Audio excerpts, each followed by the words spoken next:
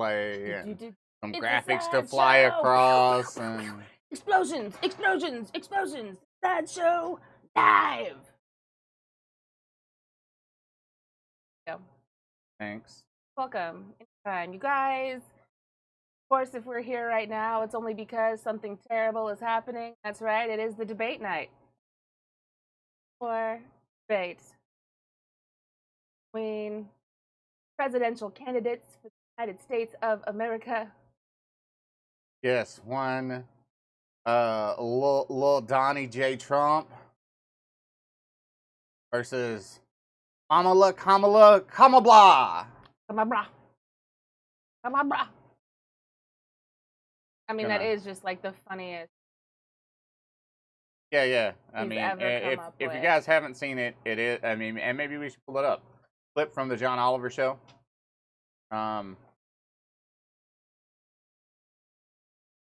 YouTube's up.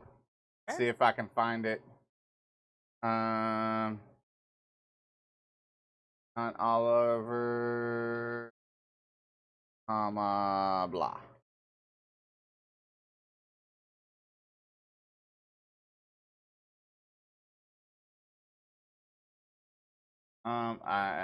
Nobody titled it that, so I'm not finding it. I see a lot of John Oliver, but could nobody just make that one clip?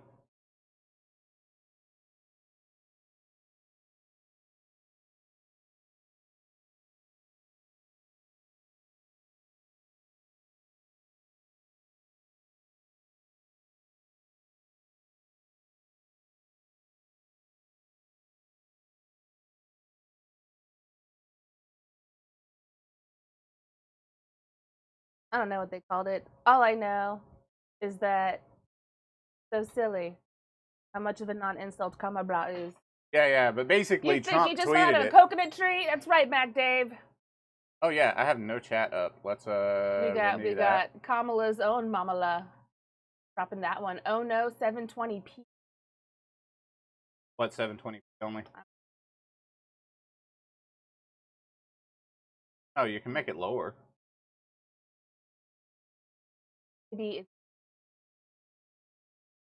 You can't make it higher because we stream 720p. yeah. That's I'm aware. Now you know why, Mac Dave. I realized he wanted to make it higher quality. I thought he was trying to save on resources. I don't know. I'm assuming he wants higher quality. Oh no. Yes.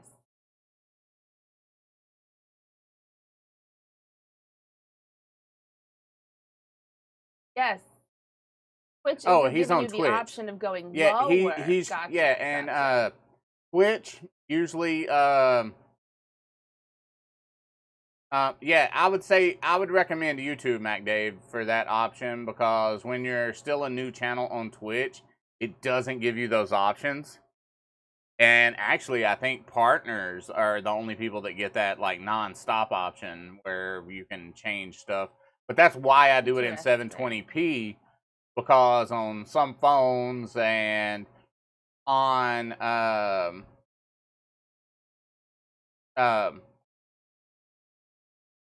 like the Amazon Fire Stick and the Google Chrome thing, it'll if it's above 720p, it glitches out a lot more. Gotcha. It works better for every device, 720p or lower. Let me open the Discord and do a little announcement. Council should be available. You have your own theory too. You think if you don't stream for quite some time, it goes back to. Haven't had a lot of time to switch. Stream? There's the right word. Stream on the Sideshow Live.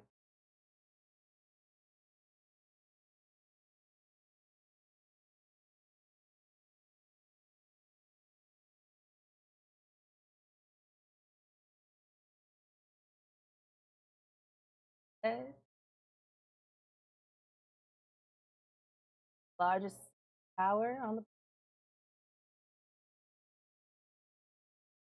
scary kid. I just don't even know what to think. I mean, I think I know what to expect from Trump, right? Yeah. I mean, I'm actually kind of nervous for this debate. We got about 20 minutes till it begins because why are they advertising Baywatch? Maybe it's. Oh, maybe I it's don't like think the they're 20th year. advertising. Is it some documentary coming out about Baywatch or something? Because they were just talking to somebody older, or I mean somebody older. Yeah, I just someone saw, their actual I just age saw now. Yasmin.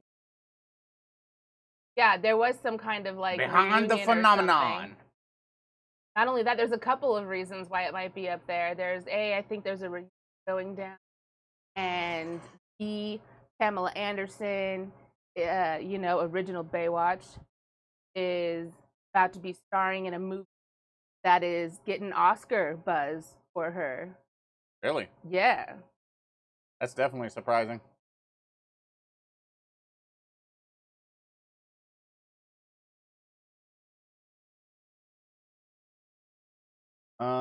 I guess I should probably also go over.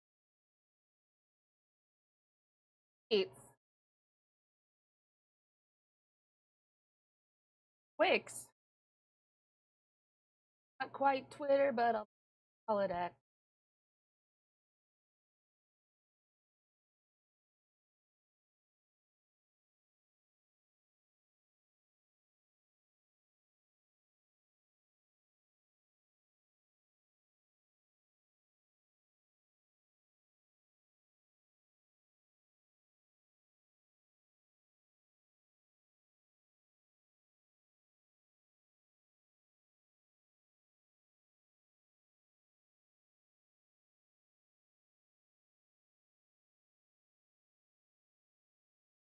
Welcome back, Dave. Welcome back. Things happen. Right. Go ahead and scroll through trends. One is debate 2024. Nah. Means Dave Grohl is no longer number one, and I'm sure he is the lead.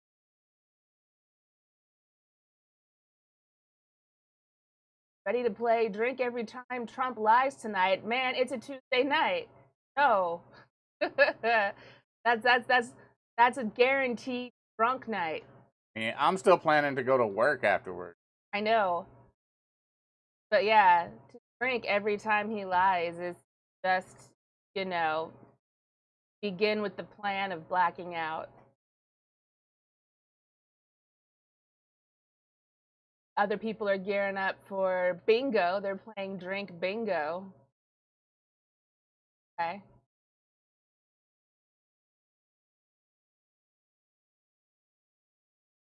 No, dude. Okay. I'm. You know what? I want to see after scrolling through a little bit of this.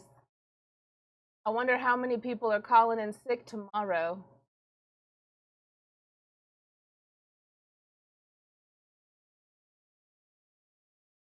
I mean, I might call in No More Democracy tomorrow, but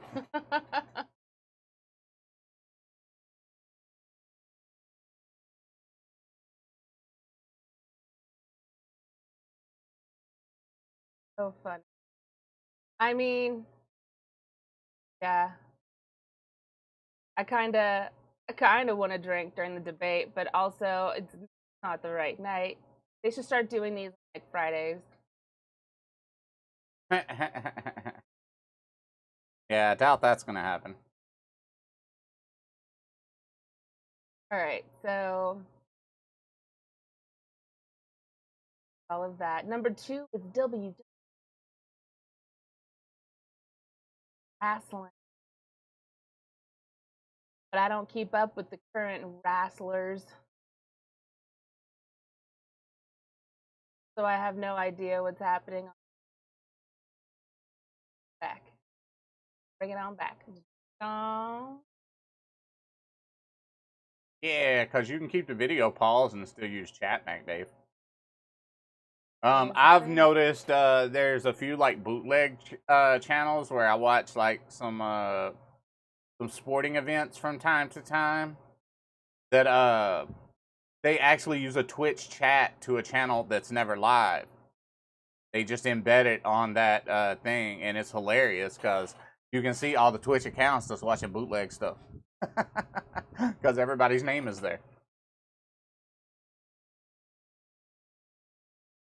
Oh, Mac Dave. Why are there no knock-knock jokes about America, Jay? Because freedom rings! Yeah. I saw that as well. Yeah, you can see my post from earlier. Yeah,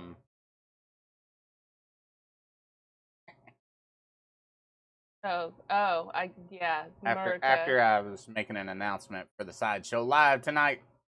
I feel like that's what most foreigners think. That's what goes through their heads when they think of what everyday Americans are like. We all just wear our red, white, and shorts while shooting fireworks both hands. Got a cavalcade behind.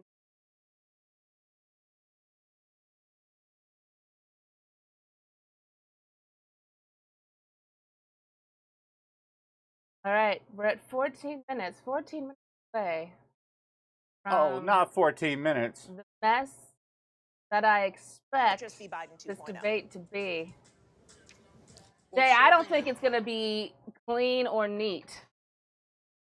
He's kind of the popular person tonight. He's been on every news channel for the last 2 hours. Yeah. Man who wants to sound like Barack Obama. I mean, the debate is in Pennsylvania, isn't it? No, I don't know. I believe it is. I could be wrong. I don't know. In Philadelphia, the home of freedom. I mean, they really should have like a special. It's Always Sunny. It's Always Sunny crashes the debate or something like that. I swear to God, if they don't have an episode like that, come on. Or flip, Philadelphia. Or the gang does politics, and they're the reason that Trump got shot at, or something. You know. But that didn't happen. That happened in Pennsylvania, though. Oh, did it? Yes. He keeps going back? Well, yeah, he said he's going to have a rally in that same place. But except for this time, he's going to be surrounded in glass like he does at his campaigns now. Oh. He's really cut down on the live appearances, though. Prefers to do press conferences now. Dude is just so way too old.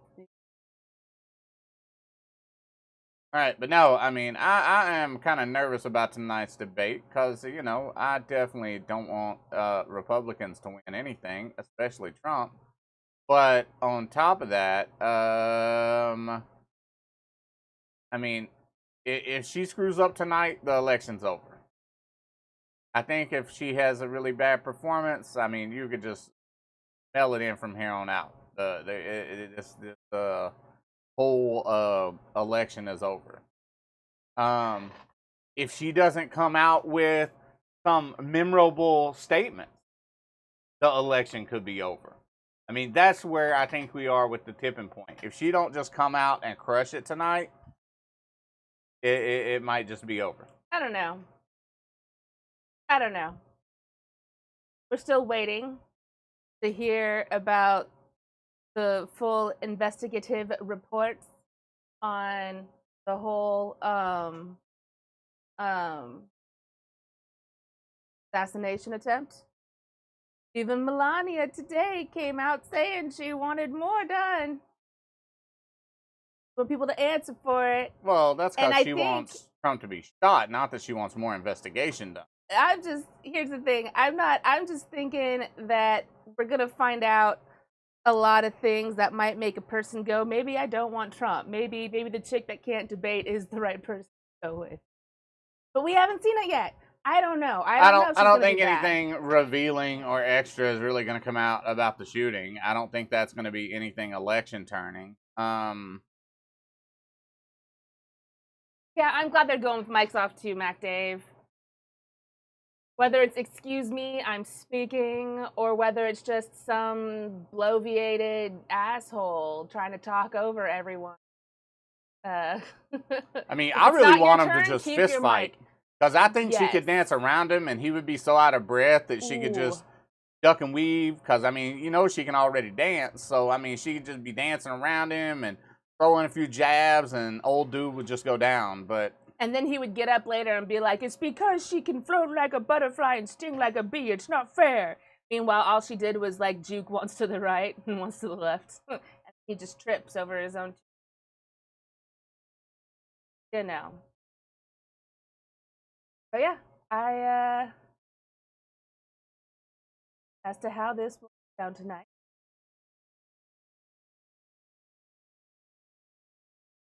Now, do we have a list of the questions yet? Has that been released to the public? I have no clue.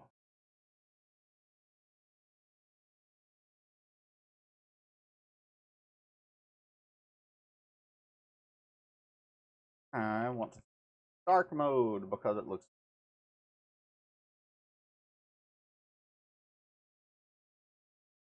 All I see are people's suggestions as to what should be asked.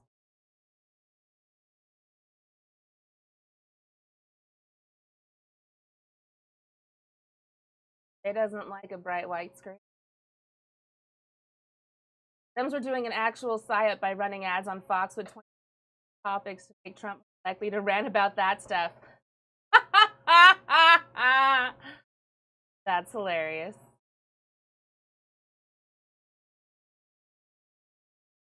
Psyop, that word gets used too much. Back Dave.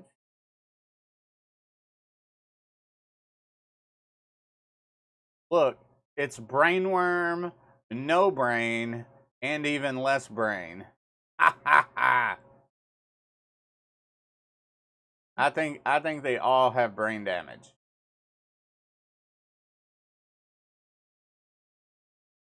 And every one of them are fatter than they are in this AI generated picture. And why are they burning the American flag behind them? That's un-American. Go get that food.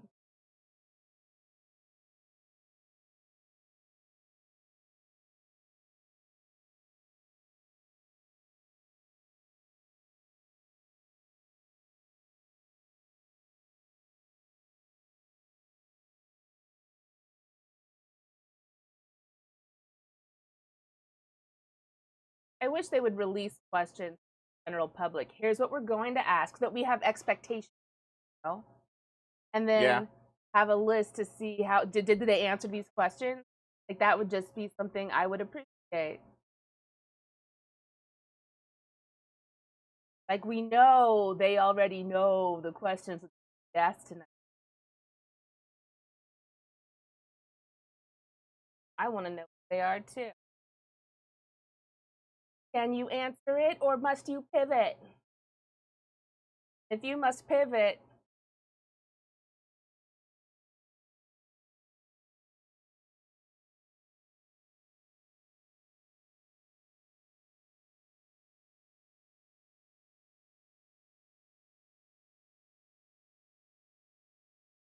Why does every time Donald Trump try to do his dance, he looks like he's jacking two dudes off? this one. Yes, this one I'm showing on screen right now. Here it comes. Here it comes. The jack off two dudes move. You know he was on Epstein's island just doing that all the time.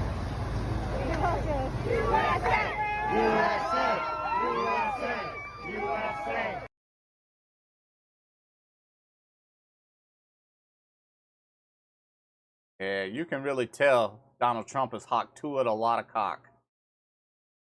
Just by the way he dances. You can tell that people in his life have never been honest with him, because like why would you still dance like you're doing the double hawk tua? Yeah. I think that's what I'm gonna have to make some video shorts and just start calling it the double hawk tua, and I bet it'll go viral.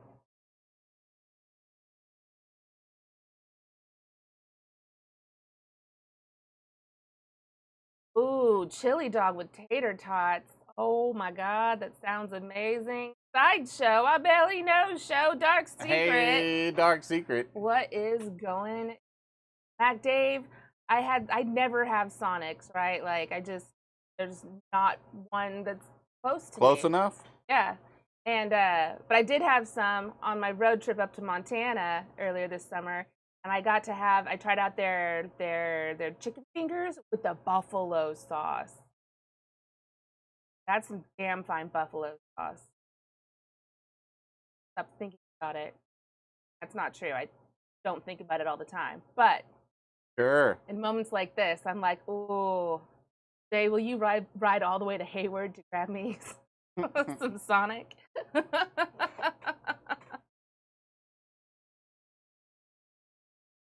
I think that's the closest one, right? Yeah, because Tracy would be the next closest one, I believe. Yep, the closest one. All the way in Hayward. There's one in Pittsburgh. Oh, wow. Okay. I didn't know that was a thing. Maybe it's yeah, probably that's a little bit crazy. Not by much. That. All right, guys. We're only 3 minutes away. Lavender, tell her I say hi back. Hey, it's Donna Brazil, y'all. Throwback to the Clinton era.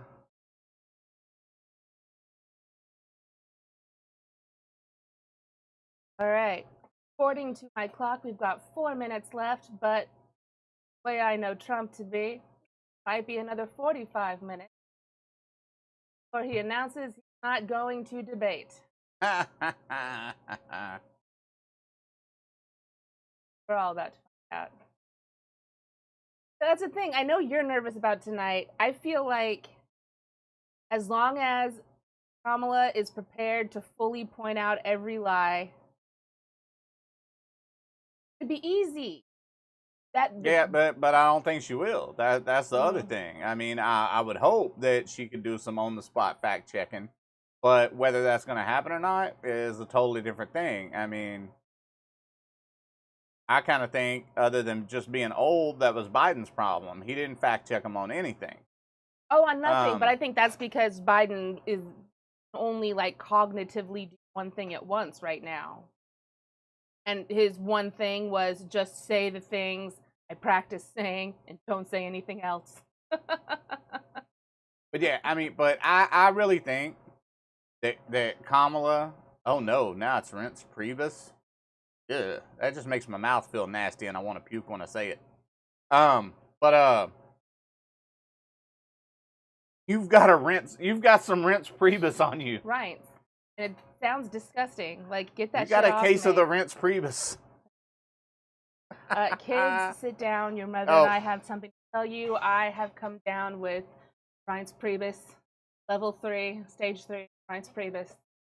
Yeah, you can't cure that You shit. can't cure that. He just said Kamala was dumb as a rock. But anyway, I mean, I really think she needs to, like, people need to look at this debate and be like, oh my God, she crushed it. She did better than Hillary ever thought about doing. I mean, yeah, it's Just got pretend? Is that what you're saying? Like, no matter what happens, rather Reince repeat. Oh, you never want to repeat it, Mac Dave. You definitely need some kind of lather to get rid of it, though. Rather Reince walk away. Man, I almost thought that was the bad guy from Evil for a minute.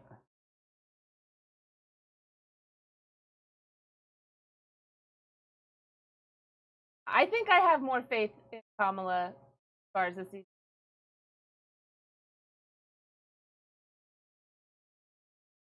Feel a little bit different. I think at the worst, okay. And at best, she just smokes him. I don't know.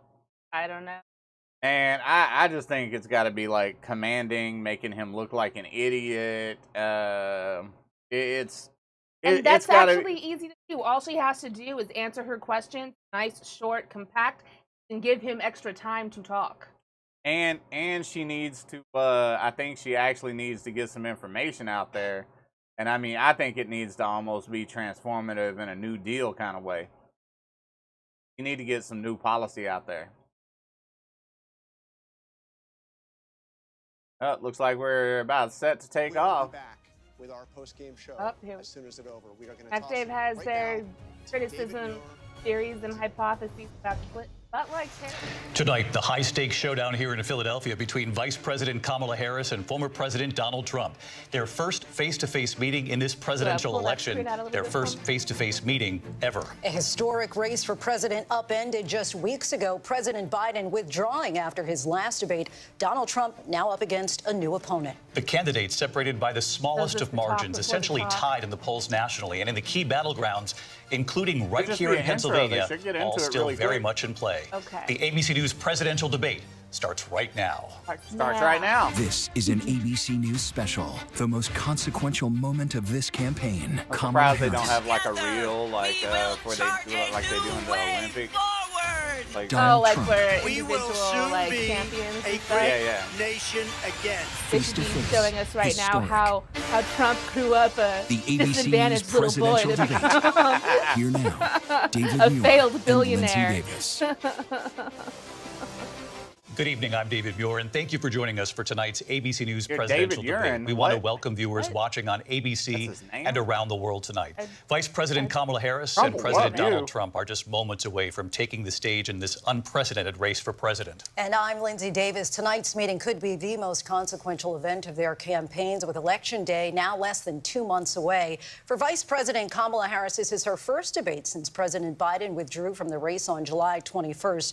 Of course, that decision followed his debate against President Donald Trump in June. Since then, this race has taken on an entirely new dynamic. And that brings us to the rules of tonight's debate. 90 minutes with 2 commercial breaks. No topics or questions have been shared with the campaigns. The candidates will have 2 minutes to answer questions, and this is the clock. That's what they'll be seeing. 2 minutes for rebuttals and 1 minute for follow-ups, clarifications, or responses. Their microphones will only be turned on when it's their turn to speak. No pre-written notes but Mac allowed. Dave, I don't There believe is any of no those audience here rumors when it tonight in comes this to hall at what the National Obama and Constitution Pelosi Center. wanted. This is an intimate Because, I setting mean, for really, 2 candidates who have never met. President Trump won the coin toss. He chose to deliver the final closing statement of the evening. Vice President Harris selected the The only podium people that to knew the right. those plans So let's were now people welcome that the ain't talking candidates about to it. the stage. Vice President Kamala Harris and President Donald Trump.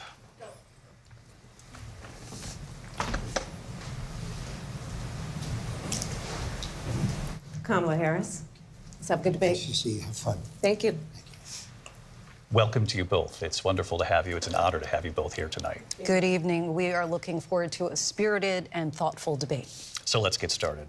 I want to begin tonight with the issue that voters repeatedly say is their #1 issue, and that is the economy and the cost of living in this country. Vice President Harris, you and President Trump were elected 4 years ago, and your opponent on the stage here tonight often asks his supporters, are you better off than you were 4 years ago? When it comes to the economy, do you believe Americans are better off than they were 4 years ago?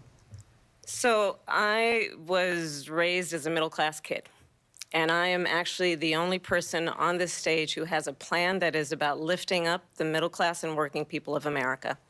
I believe in the ambition, the aspirations, the dreams of the American people. And that is why I imagine and have actually a plan to build what I call an opportunity economy. Because here's the thing. We know that we have a shortage of homes and housing, and the cost of housing is too expensive for far too many people. We know that young families need support to raise their children, and I intend on extending a tax cut for those families of $6,000, which is the largest child tax credit that we have given in a long time, so that those young families can afford to buy a crib, buy a car seat, buy clothes for their children.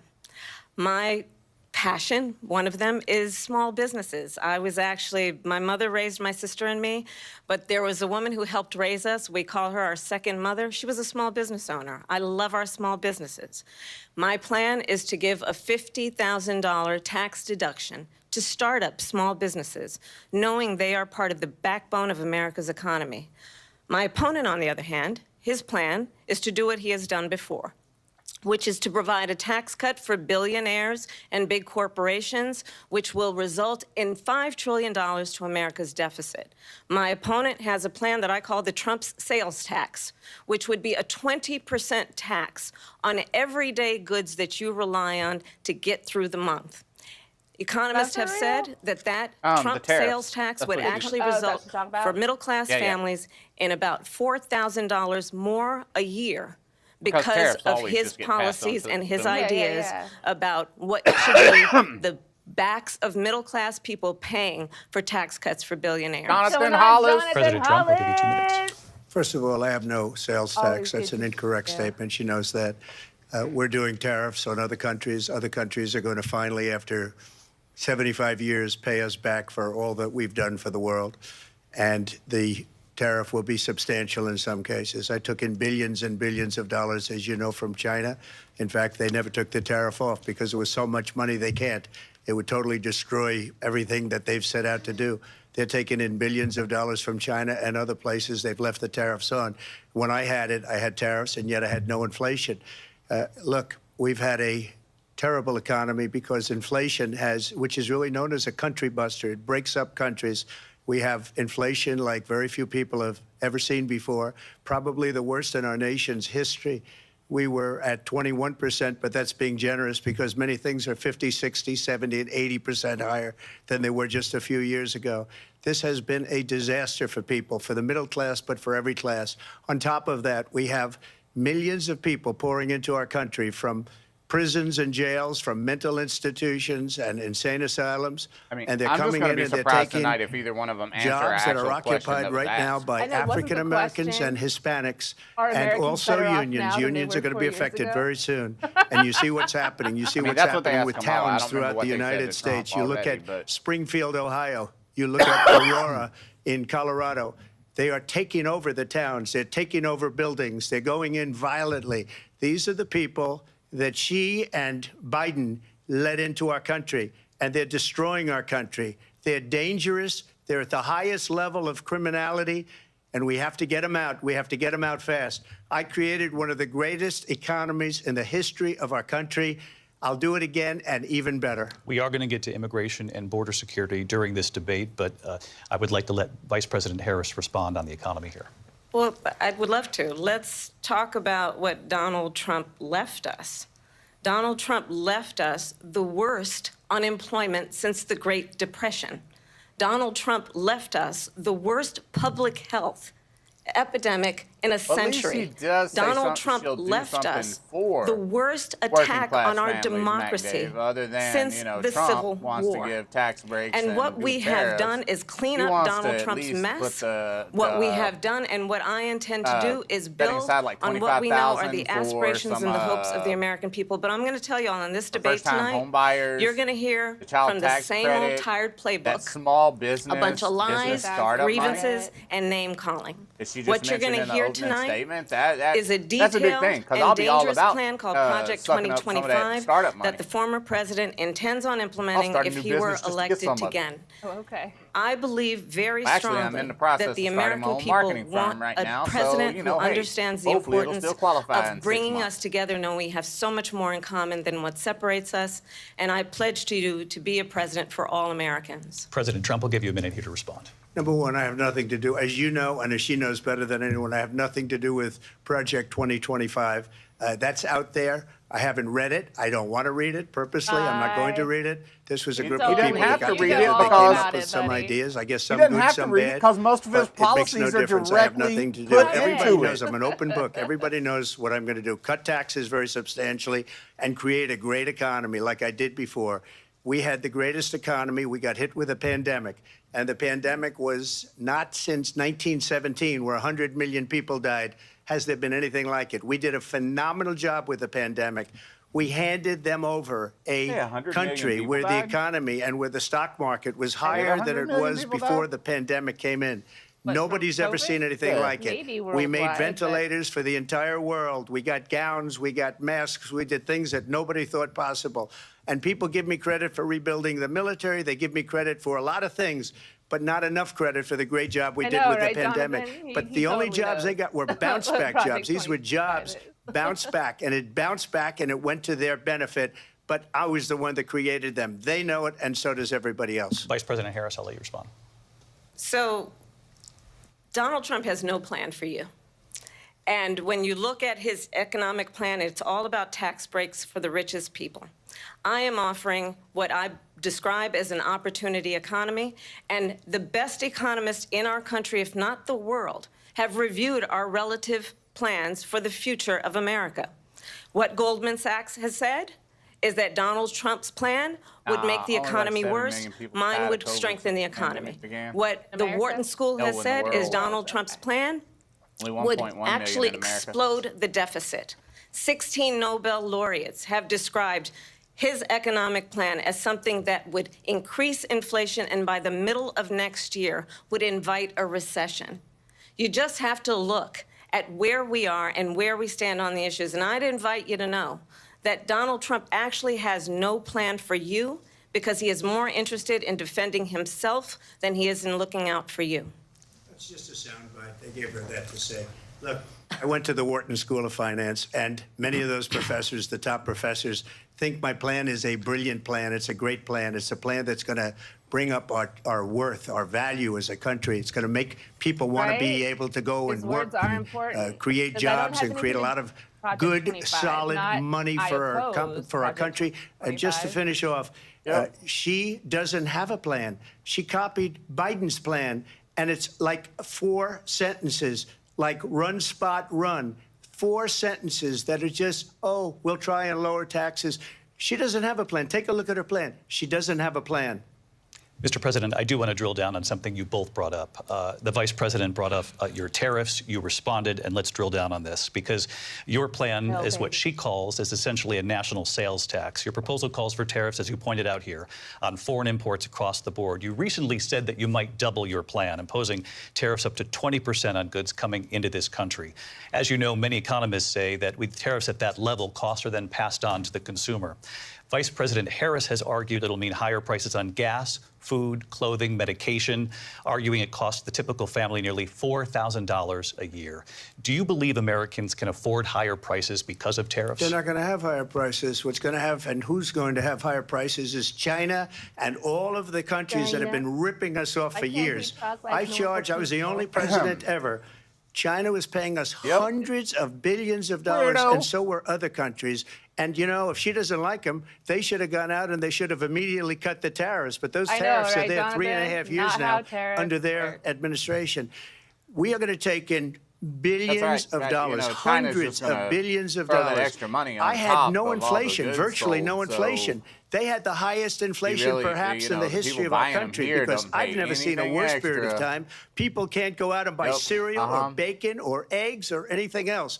The people of our country are absolutely dying with what they've done. They've destroyed the economy. And all you have to do is look at a poll. The polls say 80 and 85 and even 90% that the Trump economy was great, that their economy was terrible. Vice President Harris, I do mean, want the to real ask for reason your for response. You heard what the tariffs president said there, because the Biden administration did aren't keep about raising money. a number of the Trump Like, let's tariffs in say place. So how do you respond? When Japan Well, let's was be clear that the definitely Trump kicking our ass administration building cars, resulted in and a in some trade ways still deficit, does. one of the highest we've ever seen in the history of you America. put tariffs on those He cars, invited trade wars. so they're You more want to talk expensive about and his people buy deal American with cars. China? What he ended up doing is under Wait, Donald did I Trump's figure out that presidency, tariffs he make ended up stuff cost selling more? Wait, American chips to I wasn't China with you. I'm to on the help them conversation. improve and modernize their military, basically sold us out when a policy about China should be in making sure the United States of America wins the competition for the 21st century,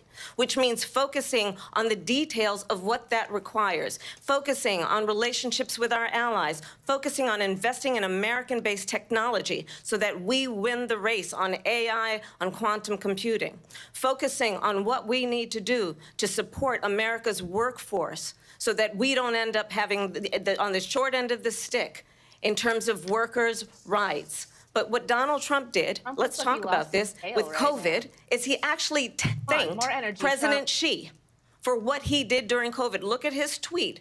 Thank you, President Xi, exclamation point, when we know that Xi was responsible for lacking and not giving us transparency about the origins of COVID. President Trump, I'll let you respond. First of all, they bought their chips from Taiwan. We hardly make chips anymore because of philosophies like they have and policies like they have. I don't say her because she has no policy.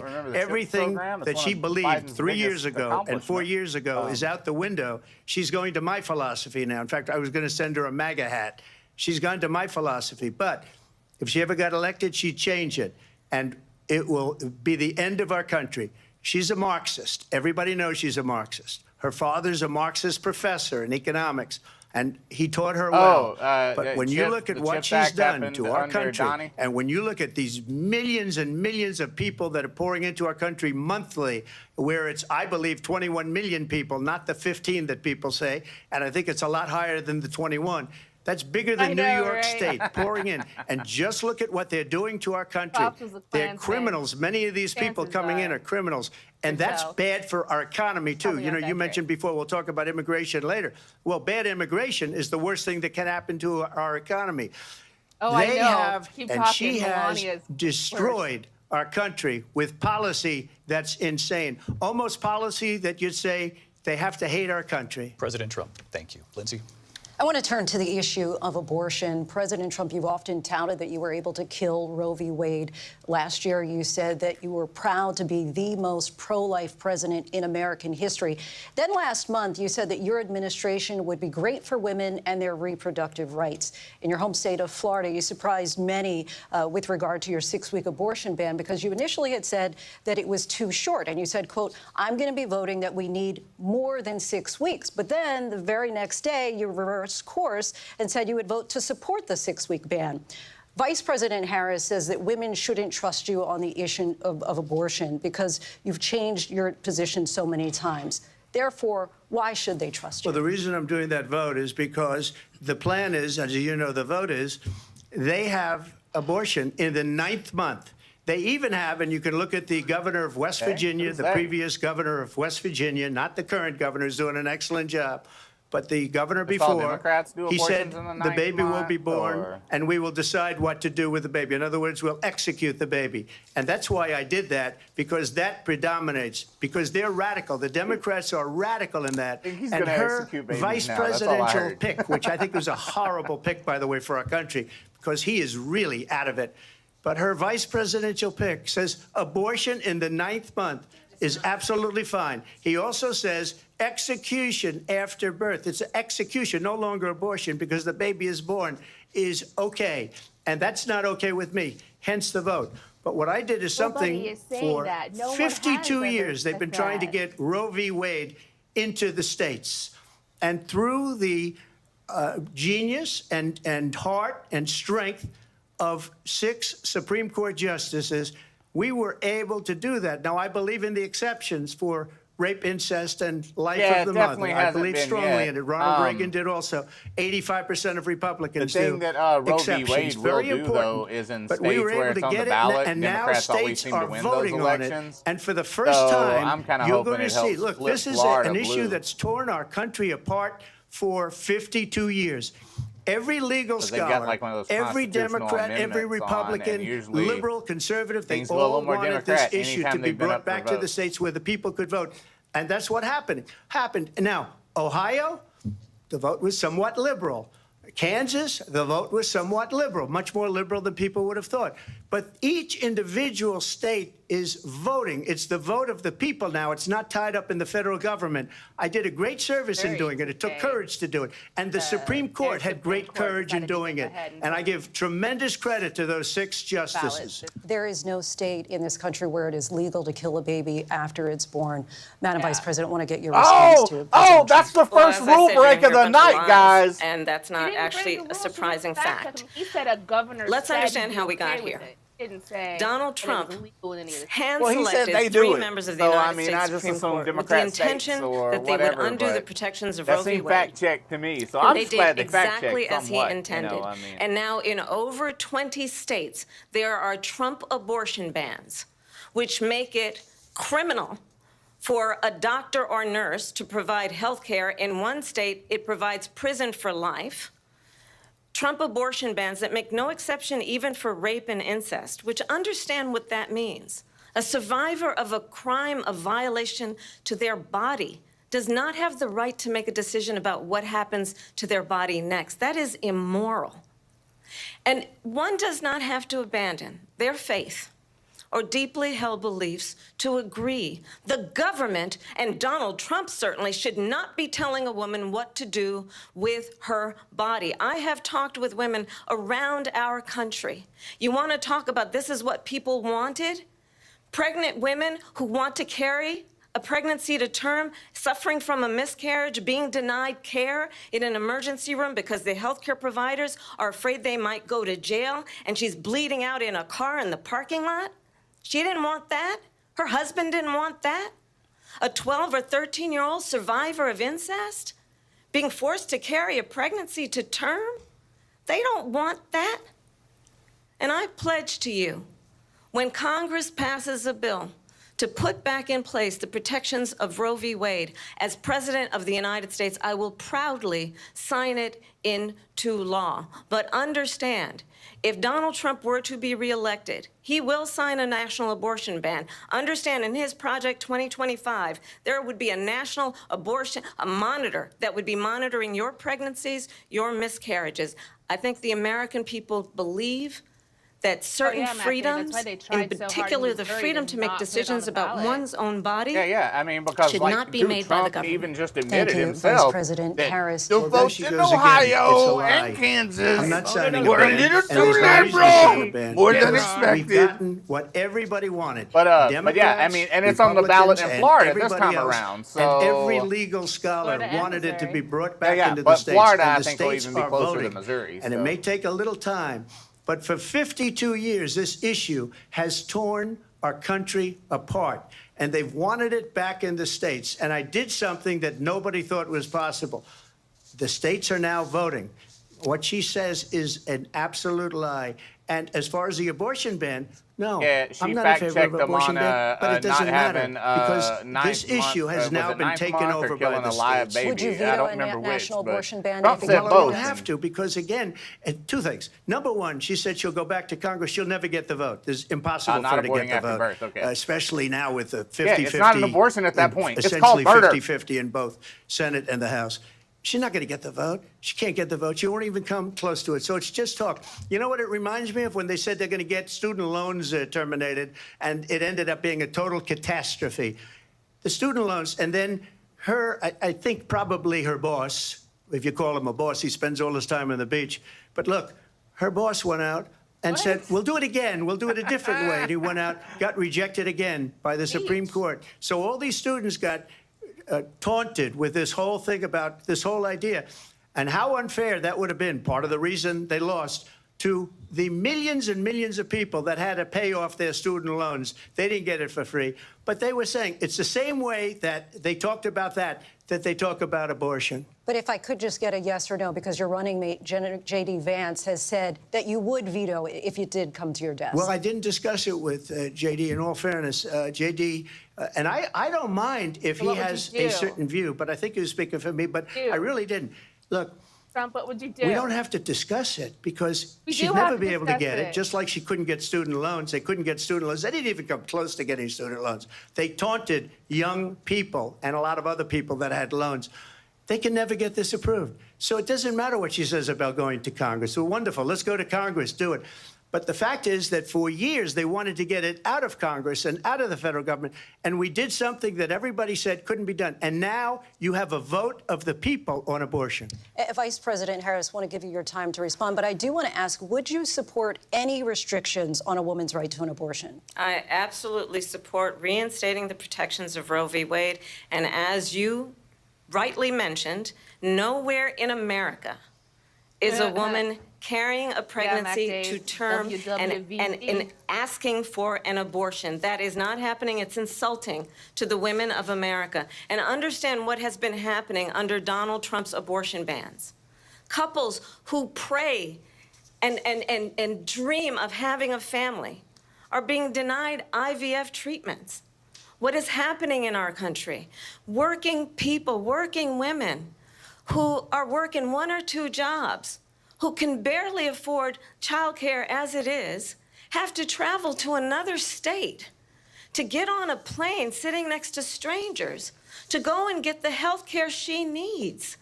Barely can afford to do it, and what you are putting her You gotta get on a plane is with unconscionable. strangers?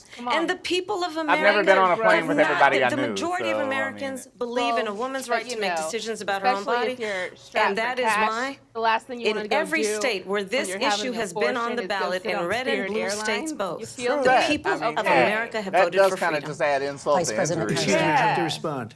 Another lie. It's another lie. I have been a leader on IVF, which is fertilization. The IVF, I have been a leader.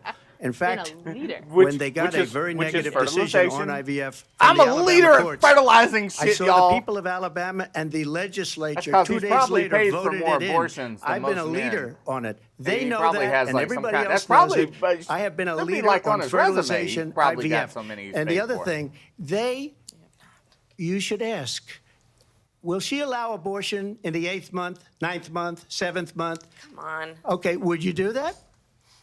Why don't you ask her Why- that question? why don't you That's answer the the problem. question, would you because veto? under Roe v. Wade, Answer the question, you would you could veto? you could do abortions in on. the 7th Or month, we the just 8th hearing month, her the Maybe 9th it's clear month, through and this. probably after birth. Just look at the governor, former governor of Virginia. The governor of Virginia said we put the baby aside and then we determine what we want to do with the baby. President Trump, thank you. We're going to turn now to immigration and border security. We know it's an issue that's important to Republicans, Democrats, voters across the board in this country. Vice President Harris, you were tasked by President Biden with getting to the root causes of migration from Central America.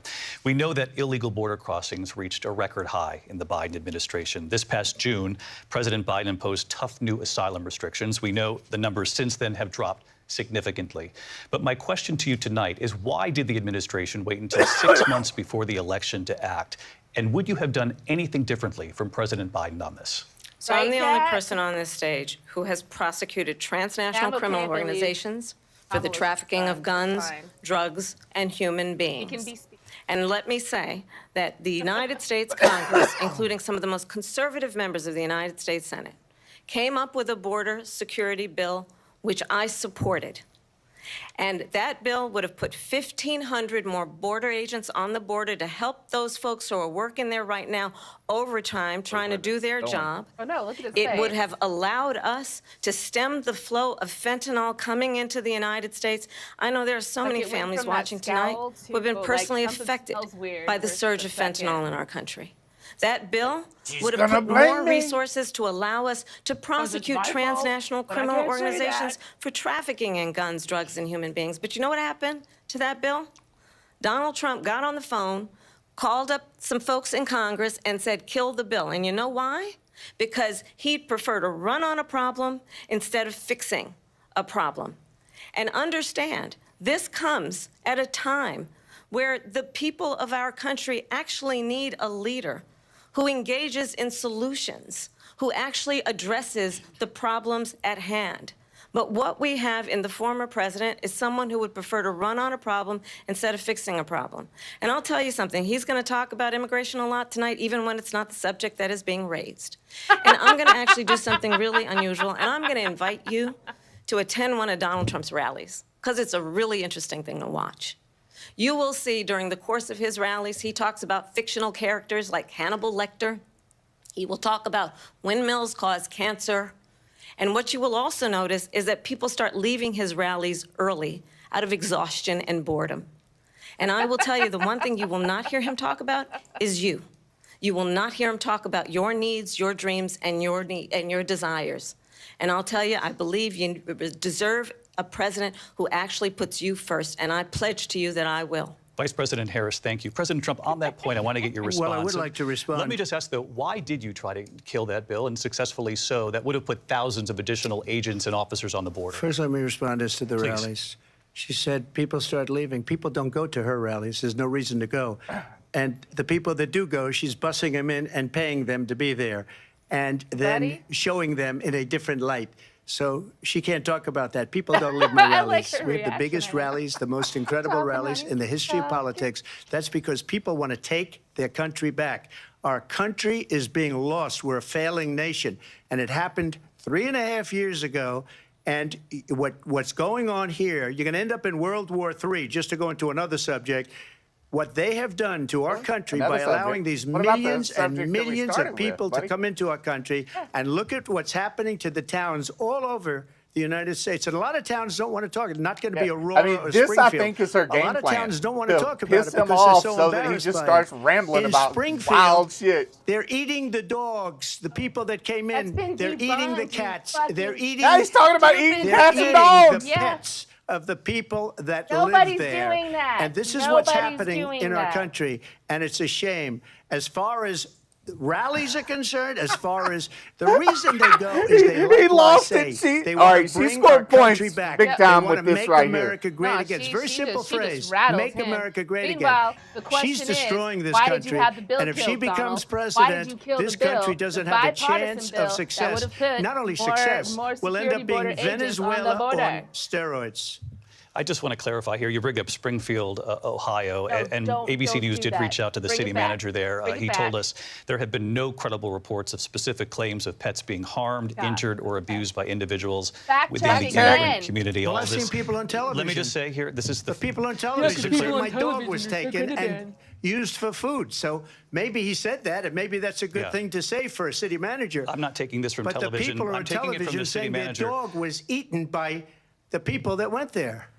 Again, the Springfield city manager says there's no evidence of that. Vice We'll President find Harris, out. I'll let you RFK respond to the Jr. rest is of the what one you've eating heard. the dogs. Correct, Matt. Talk about extreme. You got to feed that brain. You know, this is, I think, Yes, one of the laugh reasons at why him. in Laugh at this him more, election, Kamala. I actually have the endorsement of 200 Republicans who have formerly worked with President Bush, Mitt Romney, and John McCain, including the endorsement of former Vice President Dick Cheney and Congress member Liz Cheney. And if you want to really know the inside track on who the former president is, if he didn't make it clear already, just ask people who have worked with him. His former chief of staff, a 4-star general, has said he has contempt for the Constitution of the United States. His former national security advisor has said he is dangerous and unfit. His former secretary of defense has said the nation, the republic, would never survive another Trump term. And when we listen to this kind of rhetoric, when the issues that affect the American people are not being addressed, I think the choice is clear in this election. President Trump, I'll give you a quick minute to respond here. Thank you, because when I hear that, see, I'm a different kind of a person. I fired most of those people, not so graciously. They did bad things or a bad job. I fired them. They never fired one person.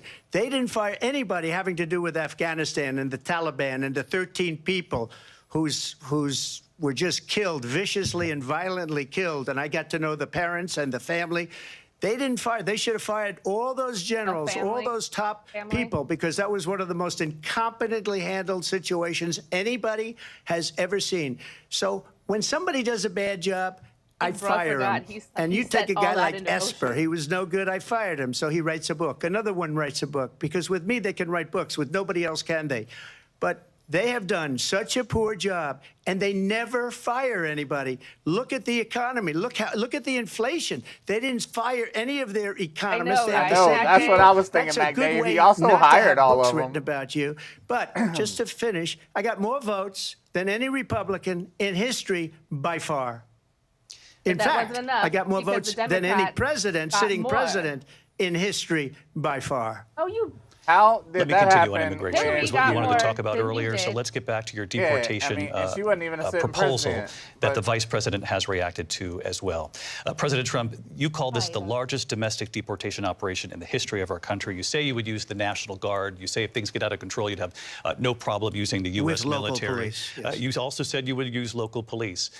How would you deport 11 million undocumented immigrants? I know you believe that number is much higher. Take us through this. What does this look like? Will authorities be going door to door in this country? Yeah. It is much higher because of them. They allowed criminals, many millions of criminals.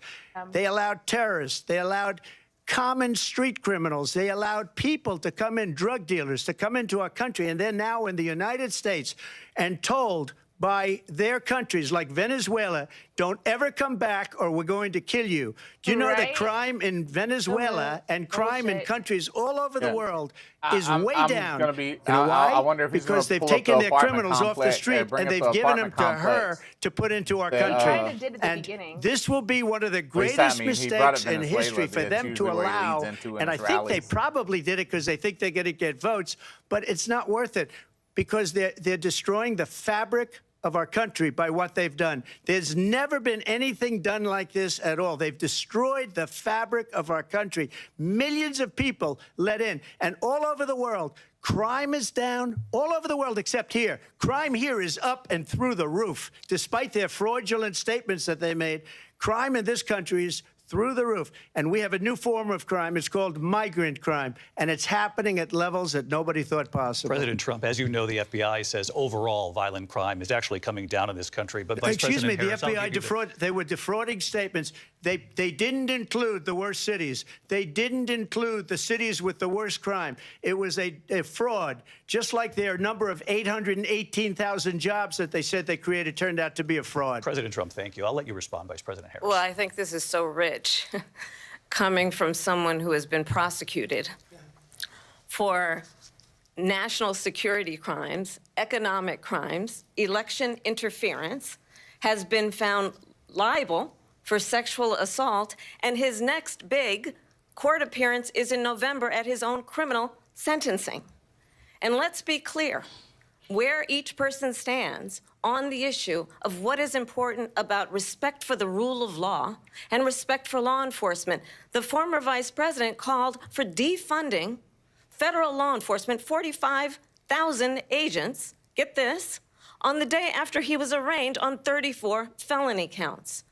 So let's talk about what is important in this race. It is important that we move forward, that we turn the page on this same old tired rhetoric and address the needs of the American people, address what we need to do about the housing shortage, which I have a plan for, address what we must do to support our small businesses, address bringing down the price of groceries. But frankly, the American people are exhausted with this same old tired playbook. Vice President Harris, thank you. Excuse me. Every one of those cases was started by them against their political opponent. And I'm winning most of them, and I will win the rest on appeal. And you saw that with the decision that came down just recently from the Supreme Court. I'm winning most of them. But those are cases, it's called weaponization. Never happened in this country. They weaponized the Justice Department. Every one of those cases was involved with the DOJ, from Atlanta and Fani Willis to the Attorney General of New York and the DA in New York. Every one of those cases. And then they say, oh, he's a criminal. They're the ones that made them go after me. By the way, Joe Biden was found essentially guilty on the documents case. And what happened in my documents case? They said, oh, that's the toughest of them all. A complete and total victory. 2 months ago, it was thrown out. It's weaponization, and they used it, and it's never happened in this country. They used it to try and win an election. They're fake cases. President Trump, thank you. A really quick response here, Vice President Harris, on this notion of weaponization of the Justice Department. Well, let's talk about extreme and understand the context in which this election in 2024 is taking place. The United States Supreme Court recently ruled that the former president would essentially be immune from any misconduct if he were to enter the White House again. Understand, this is someone who has openly said he would terminate, I'm quoting, terminate the Constitution of the United States, that he would weaponize the Department of Justice against his political enemies.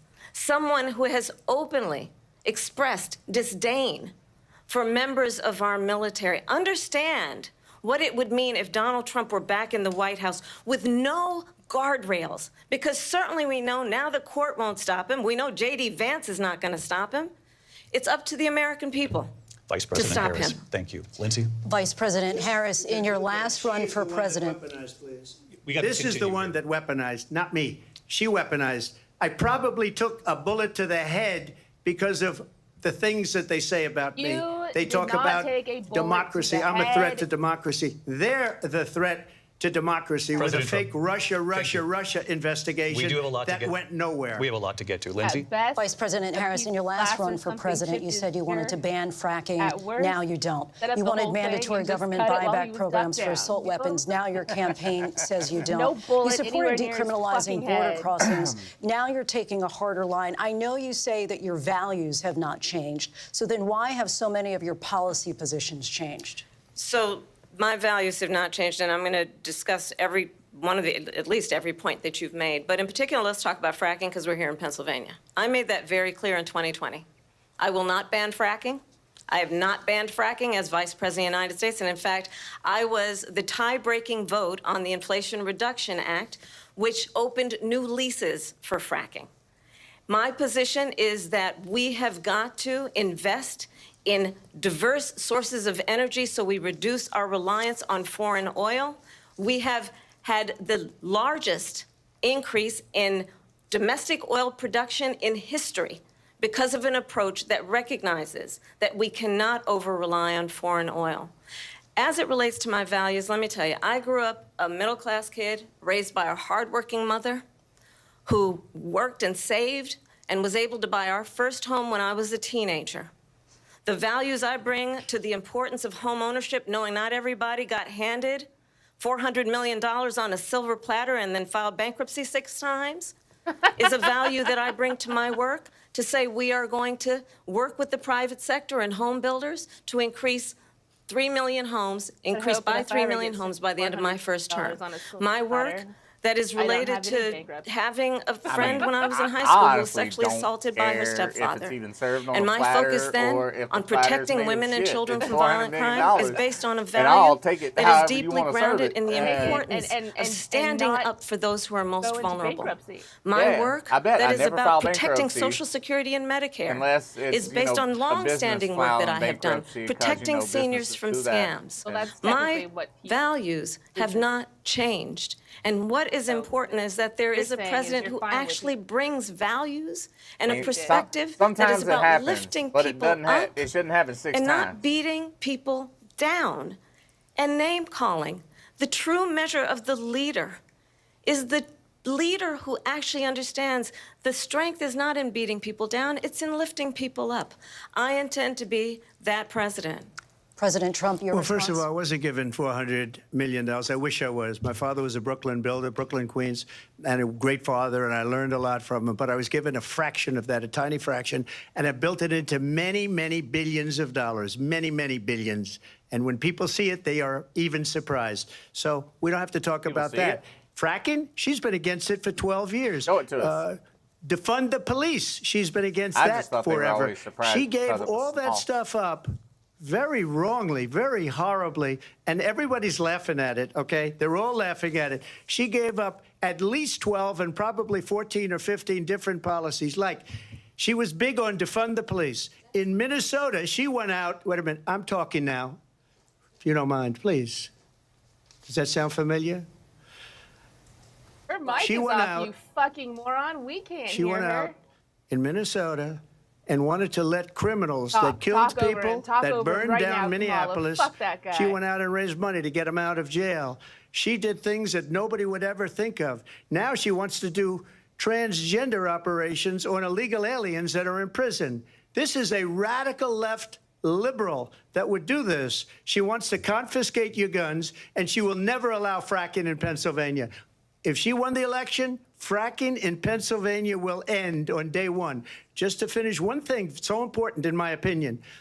So I got the oil business going like nobody has ever done before.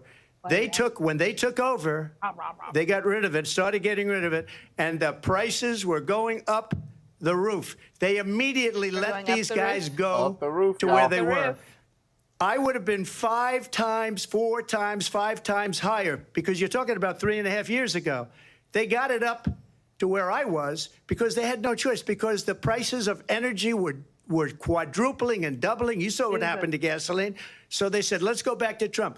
But if she won the election, the day after that election, they'll go back to destroying our country, and oil will be dead, fossil fuel will be dead. We'll go back to windmills, and we'll go back to solar, where they need a whole desert to get some energy to come out of. You ever see a solar plant? By the way, I'm a big fan of solar, but they take 400, I'm a big fan of solar, but let me complain about it. President soil. Trump, we have a These lot are of not good issues things that for we the have to get him environment. up. Yes, you Turn off his understand. mic. Thank you. Lindsay, thank you. We have an election in just 56 days. And I want to talk about the peaceful transfer of power, which, of course, we all know is a cornerstone of our democracy, and the role of a president in a moment of crisis. Mr. President, on January 6th, you told your supporters to march to the Capitol. You said you would be right there with them. The country and the world saw what played out at the Capitol that day, the officers coming under attack. Aides in the West Wing say you watched it unfold on television off the Oval Office. You did send out tweets, but it was more than 2 hours before you sent out that video message telling your supporters to go home. Is there anything you regret about what you did on that day? You just said a thing that isn't covered. Peacefully and patriotically, I said during my speech, not later on. Peacefully and patriotically. And nobody on the other side was killed. Ashley Babbitt was shot by an out-of-control police officer that should have never, ever shot her. It's a disgrace. Babbitt got but what we she didn't do this group of people that have been treated so badly.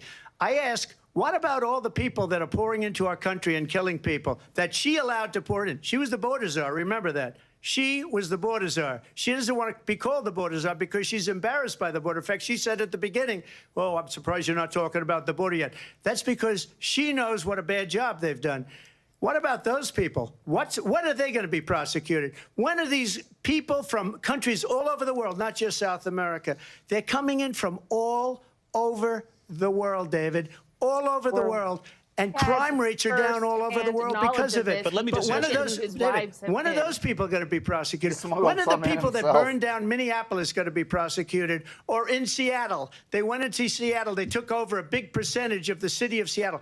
When are those people going to be prosecuted? But let me just ask you. You might ask her that question. You were the president. You were watching it unfold on television. It's a very simple question as we move forward toward another election. Is there anything you regret about what you did on that day? Yes or no? I had nothing to do with that other than they asked me to make a speech. I showed up for a speech. I said, I think it's going to be big.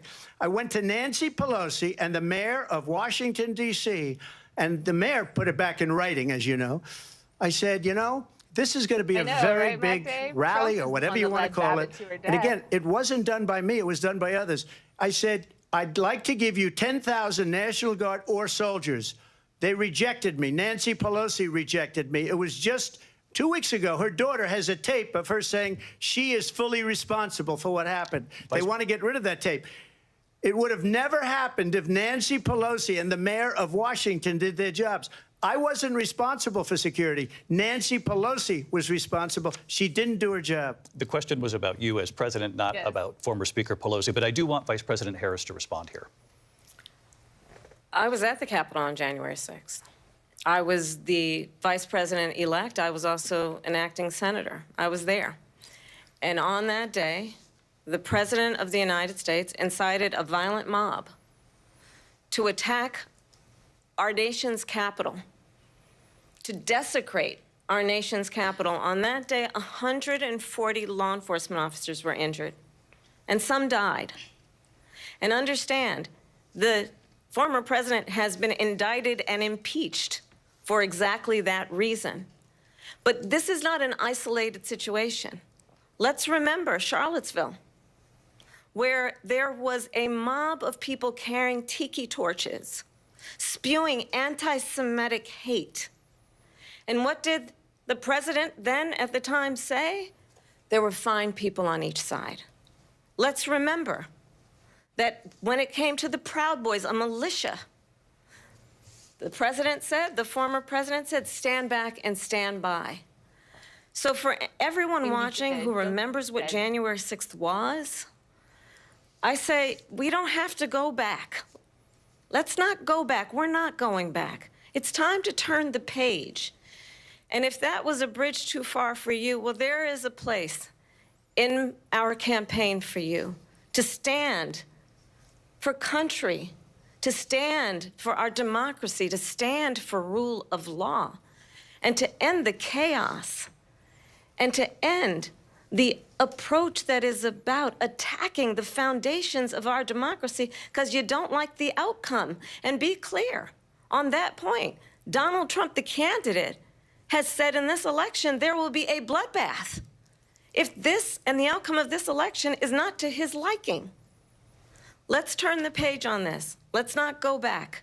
Let's chart a course for the future and not go backwards to the past. Let me just follow up here. It was a different term, and it was a term that related to energy because they have destroyed our energy business. That was where bloodbath was. Also, on Charlottesville, that story has been, as you would say, debunked.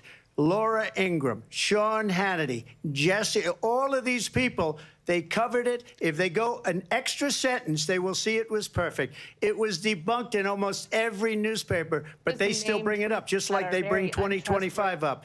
They bring all of this stuff up. I ask you this. You talk about the Capitol. Why are we allowing these millions of people to come through on the southern border? How come she's not doing anything? And I'll tell you what I would do, and I would be very proud to do it. I would say we would both leave this debate right now. I'd like to see her go down to Washington, D.C. during this debate because we're wasting a lot of time. Go down to, because she's been so bad, it's so ridiculous. Go down to Washington, D.C. and let her sign a bill to close up the border because they have the right to do it. They don't need bills. They have the right to do it. The President of the United States, you'll get him out of bed, you'll wake him up at 4 o'clock in the afternoon, you'll say, come on down to the office, let's sign a bill. If he signs a bill that the border is closed, all he has to do is say it to the Border Patrol, who are phenomenal. If they do that, the border is closed. Mr. Those President, people are killing many people, unlike J6. We talked immigration here tonight. I do want to focus on this next issue to both of you because it really brings us this into focus, truth in these times that we're living in. Mr. President, for 3.5 years after you lost the 2020 election, you repeatedly falsely claimed that you won, many times saying you won in a landslide. In the past couple of weeks leading up to this debate, you have said, quote, you lost by a whisker, that you, quote, didn't quite make it, that you came up a little bit short. I said that? Are you now acknowledging that you lost in 2020? No, I don't acknowledge that at all. But I said that sarcastically. You know that. It was said, oh, we lost by a whisker. That was said sarcastically. Look, there's so much proof. All you have to do is look at it. And they should have sent it back to the legislatures for approval. I got almost 75 million votes, the most votes any sitting president has ever gotten. I was told if I got 63, which was what I got in 2016, you can't be beaten. The election, people should never be thinking about an election as fraudulent. We need two things. We need walls, and we have to have it. We have to have borders, and we have to have good elections. Our elections are bad. And a lot of these illegal immigrants coming in, they're trying to get them to vote. They can't even speak English. They don't even know what country they're in practically. And these people are trying to get them to vote. And that's why they're allowing them to come into our country. I did watch all of these pieces of video. I didn't detect the sarcasm, lost by a whisker. We didn't quite make it. And we should just point out here as clarification, and you know this, you and your allies, 60 cases in front of many judges, many of them no judge looked at it. And said they said we didn't have standing. That's the other thing. They said we didn't have standing, a technicality. Can you imagine a system where a person in an election doesn't have standing? The President of the United States doesn't have standing. That's how we lost. If you look at the facts, and I'd love to have you'll do a special on it. I'll show you Georgia, and I'll show you Wisconsin, and I'll show you Pennsylvania, and I'll show you. We have so many facts and statistics, but you know what? That doesn't matter because we have to solve the problem that we have right now. That's old news. And the problem that we have right now is we have a nation in decline. and they have put it into decline. I We know, have a right? Turn nation his that bike is off. dying, David. Mr. President, thank you. Vice President Harris, you heard the president there tonight. He said he didn't say that he lost by whiskers. So he still believes he did not lose the election that was won by President Biden and yourself. But I do want to ask you about something that's come up in the last couple of days. This was a post from President Trump about this upcoming election just weeks away. He said, when I win, those people who cheated, and then he lists donors, voters, election officials, he says will be prosecuted to the fullest extent of the law, which will include long-term prison sentences. One of your campaign's top lawyers responded saying, we won't let Donald Trump intimidate us. We won't let him suppress the vote. Is that what you believe he's trying to do here? Donald Trump was fired by 81 million people.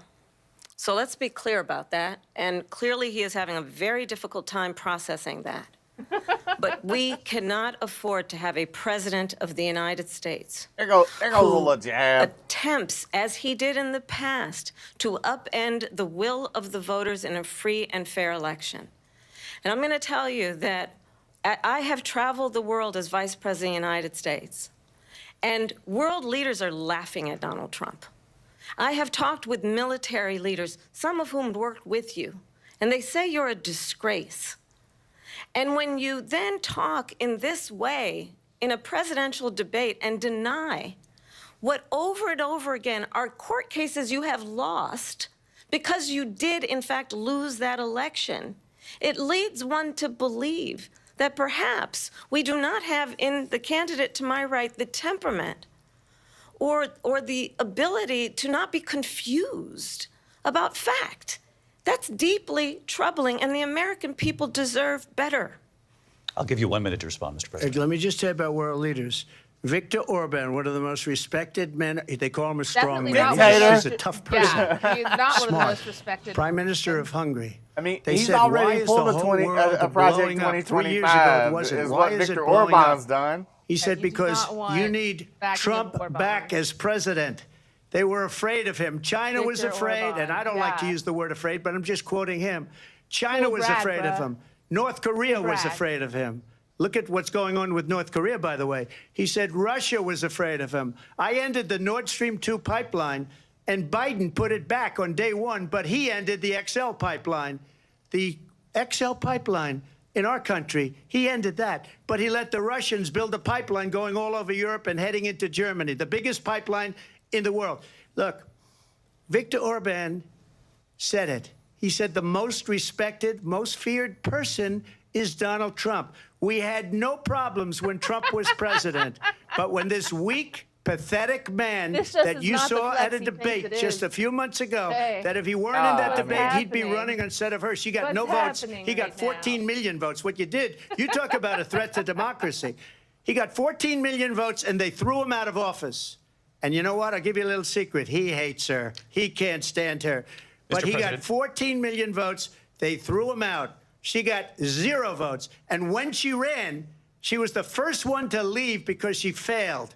And now she's running. I don't understand it, but Mr. I'm President, okay with it Mr. because President, your time is I up. think we're Thank going to you. do very Right, well. turn We've off got a his lot more to mic. get to. Turning now Yes. to the Israel-Hamas war and the hostages who are still being held, Americans among them. Vice President Harris, in December, you said, quote, Israel has a right to defend itself, but you added, quote, Definitely been it able matters to how, fuck saying with his international game humanitarian plan law for sure. must be 'Cause respected. I don't think he Israel meant to must be do this more to protect unhinged innocent multiple civilians. times. You said that 9 months ago. Now an estimated 40,000 Palestinians are dead. Nearly 100 hostages remain. Just last week, Prime Minister Benjamin Netanyahu said there's not a deal in the making. President Biden has not been able to break through the stalemate. How would you do it? Well, let's understand how we got here. On October 7, Hamas, a terrorist organization, slaughtered 1,200 Israelis, many of them young people who were simply attending a concert. Women were horribly raped. And so absolutely, I said then, I say now, Israel has a right to defend itself. We would. And how it does so matters. Because it is also true, far too many innocent Palestinians have been killed. Children, mothers. What we know is that this war must end. It must end immediately, and the way it will end is we need a ceasefire deal and we need the hostages out. And so we will continue to work around the clock on that. Work around the clock, also understanding that we must chart a course for a two-state solution. And in that solution, there must be security for the Israeli people and Israel, and in equal measure for the Palestinians.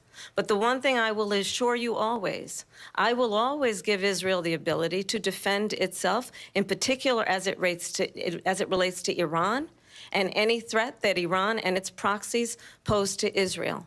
But we must have a two-state solution where we can rebuild Gaza, where the Palestinians have security, self-determination, and the dignity they so rightly deserve. Take out the Hamas President Trump, how would you negotiate with Netanyahu and also Hamas in order to get the hostages out and prevent the killing of more innocent civilians in Gaza? If I were president, it would have never started. If I were president, Russia would have never, ever, I know Putin very well, he would have never, and there was no threat of it either, by the way, for 4 years, have gone into Ukraine and killed millions of people when you add it up, far worse than people understand what's going on over there. But when she mentions about Israel, all of a sudden, she hates Israel. She wouldn't even meet with Netanyahu when he went to Congress to make a very important speech. She refused to be there because she was at a sorority party of hers. She wanted to go to the sorority party. She hates Israel. If she's president, I believe that Israel will not exist within 2 years from now. And I've been pretty good at predictions, and I hope I'm wrong about that one. She hates Israel. At the same time, in her own way, she hates the Arab population because the whole place is going to get blown up. Arabs, Jewish people, Israel will be gone. It would have never happened. Iran was broke under Donald Trump. Now Iran has $300 billion because they took off all the sanctions that I had. Iran had no money for Hamas or Hezbollah or any of the 28 different spheres of terror. And they are spheres of terror, horrible terror. They had no money. It was a big story, and you know it. You covered it very well, actually. They had no money for terror. They were broke. Now they're a rich nation. And now what they're doing is they're spreading that money around. Look at what's happening with the Houthis and Yemen. Look at what's going on in the Middle East. This would have never happened. I will get that settled and fast, and I'll get the war with Ukraine and Russia ended. If I'm president-elect, I'll get it done before even becoming president. Vice President Harris, he says you hate Israel. That's absolutely not true. I have my entire career and life supported Israel and the Israeli people. He knows that. He's trying to, again, divide and distract from the reality, which is it is very well known that Donald Trump is weak and wrong on national security and foreign policy. It is well known that he admires dictators, wants to be a dictator on day one, according to himself. It is well known that he said of Putin that he can do whatever the hell he wants and go into Ukraine. It is well known that he said when Russia went into Ukraine, it was brilliant. It is well known he exchanged love letters with Kim Jong-un.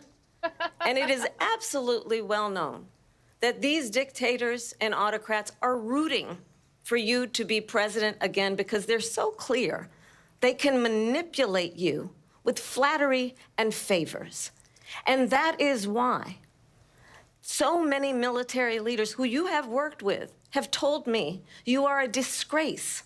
That is why we understand that we have to have a president who is not consistently weak and wrong on national security, including the importance of upholding and respecting in highest regard our military. Vice President Harris, thank you. They're the ones, and she's the one that caused it, that's weak on national security by allowing every nation last month for the year, 168 different countries sending people into our country. Their crime rates are way down.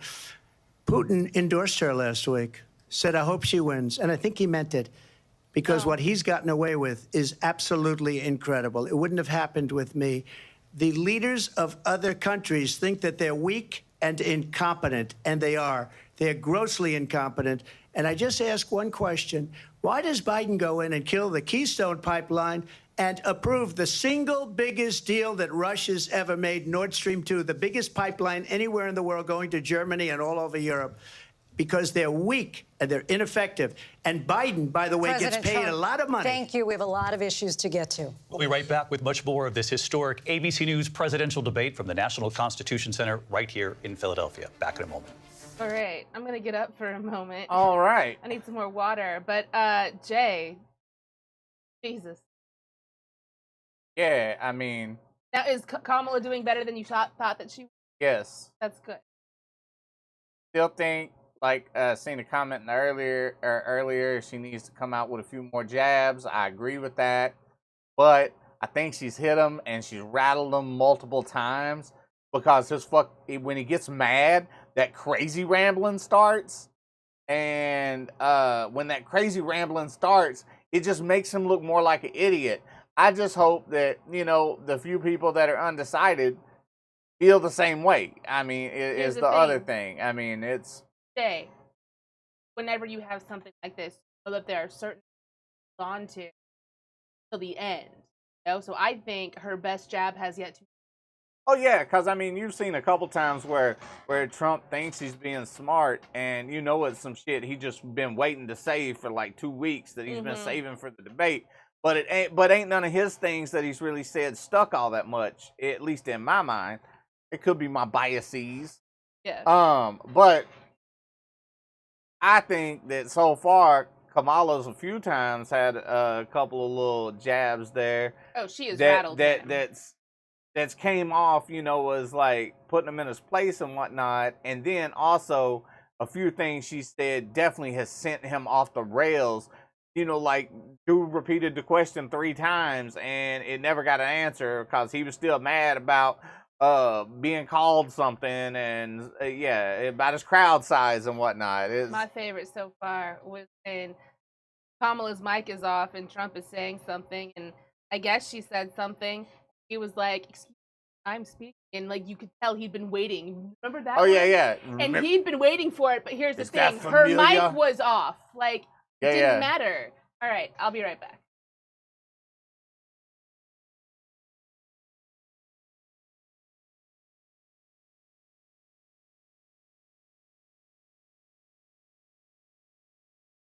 All right. Wow, Annie's gone. Let's see what Twitter's saying.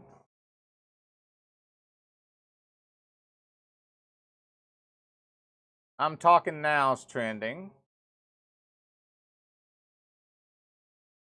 Madam President is trending. Oh, and I should probably turn at least the volume on back. Advertising. But all right, so people talking about the moderators. Wow, Trump, damn Trump. All right, let's see what else is being said. Let's check out some top comments. What's going on with Kate? What is the relationship like between Harry and William today? All right, so new meme out. Kamala putting her hand on her chin. If I send you this, it means you sound insane. Tough love and harsh punishment. No, it's abuse. All right, good meme, everybody. Good meme. His wife and his child? Prove me wrong. Do you feel the church accepted abuse? Yep. Ready? Does your church protect sexual predators? How do you top the most watched season yet? Fabulous. It's a bit erratic, a bit exotic. You have no idea. Impact by Nightline. All right, they said Trump got cooked in one sentence. To those 6 justices. There is no state in this country where it is legal to kill a baby after it's born. Madam Vice President. That correction was just so matter of fact. Like, you an idiot. Let's see. Yeah, the Donald Trump was fired by 81 million people. That was a nice one. Surrounded by Swifties as Taylor Swift is set to kick off 5 sold-out concerts. I'm Maggie Rulli. You're streaming ABC News Live. What does it take to be the most watched newscast in America? I mean, at least he didn't get crazy and try to pull her like he pulls other people off weight when they shake hands. ABC's World News Tonight with David Muir is America's most watched newscast. Yeah, Annie. So this is the meme of the night. With ABC News Live. If I send you this, it means you Live sound from insane. the National Constitution Center in Philadelphia, Pennsylvania. Here again, David Muir and Lindsay All right, looks like Davis. we're back with Welcome debate back to this coverage. historic ABC News presidential debate tonight. We're going to continue here, and I want to turn to the war in Ukraine. We're now 2.5 years into this conflict. Mr. President, it has been the position of the Biden administration that we must defend Ukraine from Russia, from Vladimir Putin, to defend their sovereignty, their democracy, that it's in America's best interest to do so, arguing that if Putin wins, he may be emboldened to move even further into other countries. You have said you would solve this war in 24 hours. You said so just before the break tonight. Why How don't you do it right exactly now? would you do that? gonna And ask I want to him ask you a this very simple again? question tonight. Do you want Ukraine to win this war? I want the war to stop. I want to save lives that are being uselessly, people being killed by the millions. It's the millions. It's so Hey, much let me worse get some of than that. the numbers that you're getting, which are fake numbers. Look, Dave just came back with lemon we're in cake. for 250 billion or more because they don't ask Europe, which is a much bigger beneficiary to getting this thing done than we are. They're in for $150 billion less because Biden and you don't have the courage to ask Europe like I did with NATO. They paid billions and billions, hundreds of billions of dollars when I said, either you pay up or we're not going to protect you anymore. So that's maybe one of the reasons they don't like me as much as they like weak people. But you take a look at what's happening. We're in for 250 to 275 billion. They're into 100 to 150. They should be forced to equalize. With that being said, I want to get the war settled. I know Zelensky very well, and I know Putin very well. I have a good relationship, and they respect your president, okay? They respect me. They don't respect Biden. How would you respect him? Why? For what reason? He hasn't even made a phone call in 2 years to Putin, hasn't spoken to anybody. They don't even try and get it. That is a war that's dying to be settled. I will get it settled before I even become president. If I win, when I'm president-elect, and what I'll do is I'll speak to one, I'll speak to the other, I'll get them together. That war would have never happened. And in fact, when I saw Putin after I left, unfortunately left because our country has gone to hell. But after I left, when I saw him building up soldiers, he did it after I left. I said, oh, he must be negotiating. It must be a good, strong point of negotiation. Well, it wasn't, because Biden had no idea how to talk to him. He had no idea how to stop it. And now you have millions of people dead, and it's only getting worse, and it could lead to World War III. Don't kid yourself, David. We're playing with World War III, and we have a president that we don't even know if he's... Where is our president? We don't even know if he's a president. And just to clarify they here... threw him out of a campaign like a dog. We don't even know. Is he our president? But we have a president, Mr. President, that doesn't know he's alive. Your time is up. Just to clarify in the question, do you believe it's in the U.S. best interests for Ukraine to win this war, yes or no? I think it's the U.S. best interest to get this war finished and just get it done. All right. Negotiate a deal, because we have to stop all of these human lives from being destroyed. I want to take this to Vice President Harris. I want to get your thoughts on support for Ukraine in this moment, but also as Commander-in-Chief, if elected, how would you deal with Vladimir Putin, and would it be any different from what we're seeing from President Biden? Fox News. Well, first of all, it's important to remind the former president you're not running against Joe Biden, you're running against me. That's right. That's right. I believe Kamala. the reason that Donald Trump says that this war would be over within 24 hours is because he would just give it up. And that's not who we are as Americans. Let's understand what happened here. I actually met with Zelensky a few days before Russia invaded, tried through force to change territorial boundaries, to defy one of the most important international rules and norms, which is the importance of sovereignty and territorial integrity. And I met with President Zelensky. I shared with him American intelligence about how he could defend himself. Days later, I went to NATO's eastern flank, to Poland and Romania. And through the work that I and others did, we brought 50 countries together to support Ukraine in its righteous defense. And because of our support, because of the air defense, the ammunition, the artillery, the javelins, the Abrams tanks that we have provided, Ukraine stands as an independent and free country. If Donald Trump were president, Putin would be sitting in Kyiv right now. and understand what that would mean, because Putin's agenda is not just about Ukraine. Understand why the European allies and our NATO allies are so thankful that you are no longer president, and that we understand the importance of the greatest military alliance the world has ever known, which is NATO, and what we have done to preserve the ability of Zelensky and the Ukrainians to fight for their independence.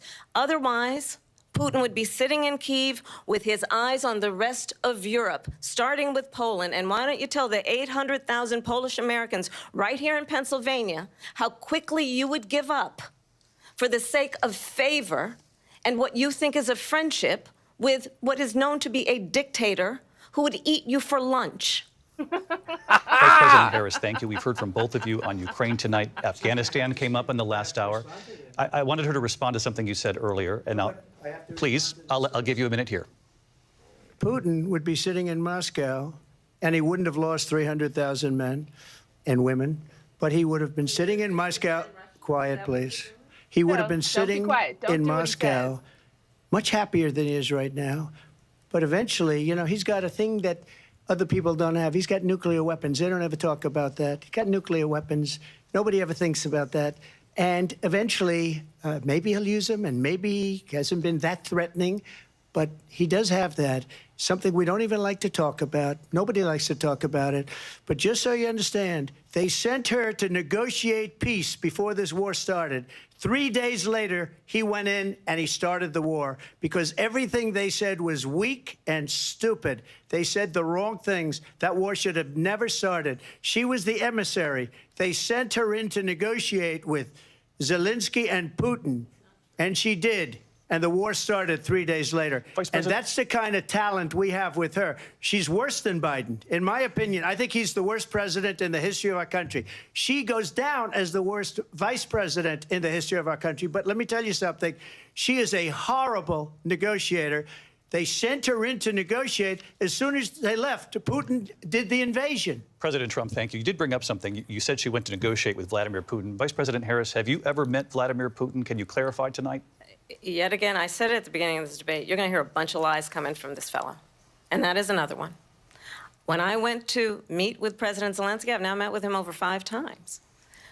The reality is it has been about standing as America always should, as a leader upholding international rules and norms, as a leader who shows strength, understanding that the alliances we have around the world are dependent on our ability to look out for our friends and not favor our enemies because you adore strongmen instead of caring about democracy. And that is very much what is at stake here. The President of the United States is commander-in-chief.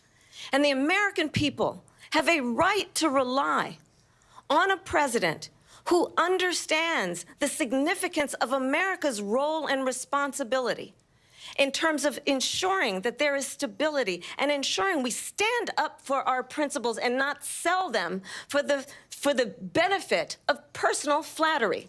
We've talked about Ukraine and Vladimir Putin. I do want to talk about Afghanistan. It came up in the first hour of this debate. I want to move on to Afghanistan. Stoltenberg said Trump did the most amazing thing I've ever seen. He got these countries, the 28 countries at the time, to pay up. He said, I've never seen. He's the head of NATO. He said, I've never seen. For years, we were paying almost all of NATO. We were being ripped off by European nations, both on trade and on NATO. I got them to pay up by saying one of the statements you made before, if you don't pay, we're not going to protect you. President Otherwise, Trump. we would have never gotten it. He said it was one of the most incredible jobs that he's ever seen done. Thank you. I want to turn to Afghanistan. It came up in the first hour of the debate, and we witnessed a poignant moment today on Capitol Hill, honoring the soldiers who died in the chaotic withdrawal from Afghanistan. I do want to ask the Vice President, do you believe you bear any responsibility in the way that withdrawal played out? Well, I will tell you, I agreed with President Biden's decision to pull out of Afghanistan. 4 presidents said they would, and Joe Biden did. And as a result, America's taxpayers are not paying the $300 million a day we were paying for that endless war. And as of today, there is not one member of the United States military who is in active duty in a combat zone in any war zone around the world, the first time this century. But let's understand how we got to where we are. Donald Trump, when he was president, negotiated one of the weakest deals you can imagine. He calls himself a deal maker. Even his national security advisor said it was a weak, terrible deal. And here's how it went down. He bypassed the Afghan government. He negotiated directly with a terrorist organization called the Taliban. The negotiation involved the Taliban getting 5,000 Taliban terrorists released. And get this, and the president at the time invited the Taliban to Camp David, a place of storied significance for us as Americans, a place where we honor the importance of American diplomacy, where we invite and receive respected world leaders. And this former president, as president, invited them to Camp David because he does not, again, appreciate the role and responsibility of the President of the United States to be commander-in-chief with a level of respect. And this gets back to the point of how he has consistently disparaged and demeaned members of our military, fallen soldiers, and the work that we must do to uphold the strength and the respect of the United States of America around the world. Vice President Harris, thank you. President Trump, your response to her saying that you began the negotiations with the Taliban. So if you take a look at that period of time, the Taliban was killing our soldiers, a lot of them, with snipers. And I got involved with the Taliban because the Taliban was doing the killing. That's the fighting force within Afghanistan. They don't bother doing that because, you know, they deal with the wrong people all the time. But I got involved. And Abdul is the head of the Taliban. He is still the head of the Taliban. And I told Abdul, don't do it anymore. You do it anymore, you're going to have problems. And he said, why do you send me a picture of my house? I said, you're going to have to figure that out, Abdul. And for 18 months, we had nobody killed. We did have an agreement negotiated by Mike Pompeo. It was a very good agreement. The reason it was good, it was we were getting out. We would have been out faster than them, but we wouldn't have lost the soldiers. We wouldn't have left many Americans behind, and we wouldn't have left $85 billion worth of brand new, beautiful military equipment behind. And just to finish, they blew it. The agreement said you have to do this, and they didn't do it. They didn't do it. The agreement was terminated by us because they didn't do what they were supposed to do. I want to move on. And these people did the worst withdrawal, and in my opinion, the most embarrassing moment in the history of our country. And by the way, that's why Russia attacked Ukraine, because they saw how incompetent she and her boss are. President Trump, thank you. I want to move on now to race and politics in this country. Mr. President, you recently said of Vice President Harris, quote, I didn't know she was black until a number of years ago when she happened to turn black, and now she wants to be known as black. I want to ask a bigger picture question here tonight. Why do you believe it's appropriate to weigh in on the racial identity of your opponent? I don't, and I don't care. I don't care what she is. You brought it up. I don't care. You make a big deal out of something. I couldn't care less. Whatever she wants to be is okay with me. But those were your words, so I'm asking... I don't know. I mean, all I can say is I read where she was not black, that she put out, and I'll say that. And then I read that she was black, and that's okay. Either one was okay with me. That's up to her. That's up to her. Vice President Harris, your thoughts on this? I think it's, I mean, honestly, I think it's a tragedy that we have someone who wants to be president who has consistently, over the course of his career, attempted to use race to divide the American people. You know, I do believe that the vast majority of us know that we have so much more in common than what separates us, and we don't want this kind of approach that is just constantly trying to divide us, and especially by race. Yes, and let's remember how Donald Trump started. He was land, he owned buildings, and he was investigated because he refused to rent property to black families. Let's remember, this is the same individual who took out a full-page ad in the New York Times calling for the execution of 5 young Black and Latino boys who were innocent, the Central Park 5, took out a full-page ad calling for their execution. This is the same individual who spread birther lies about the first Black president of the United States. And I think the American people want better than that, want better than this, want someone who understands, as I do, I travel our country. We see in each other a friend. We see in each other a neighbor. We don't want a leader who is constantly trying to have Americans point their fingers at each other. I meet with people all the time who tell me, can we please just have discourse about how we're going to invest in the aspirations and the ambitions and the dreams of the American people? Knowing that regardless of people's color or the language their grandmother speaks, we all have the same dreams and aspirations and want a president who invests in those, not in hate and division. Vice President Harris, thank you. Lindsay? President Trump, this is now your 3rd time. So you don't get to. This is the most divisive presidency in the history of our country. There's never been anything like it. They're destroying our country, and they come up with things like what she just said. Going back many, many years, when a lot of people, including Mayor Bloomberg, agreed with me on the Central Park 5, they admitted, they said, they pled guilty. And I said, well, if they pled guilty, they badly hurt a person, killed a person ultimately. And if they pled guilty, then they pled, we're not guilty. But this is a person that has to stretch back years, 40, 50 years ago, because there's nothing now. I built one of the greatest economies in the history of the world, and I'm going to build it again. It's going to be bigger, better, and stronger. But they're destroying our economy. They have no idea what a good economy is. Their oil policies, every single policy. And remember this, she is Biden. You know, she's trying to get away from Biden. I don't know the gentleman, she says. She is Biden. The worst inflation we've ever had. Biden? A horrible economy because inflation has made it so bad, and she can't get away with that. Thank you. So Time's this up. was a response to him Briefly. being racist.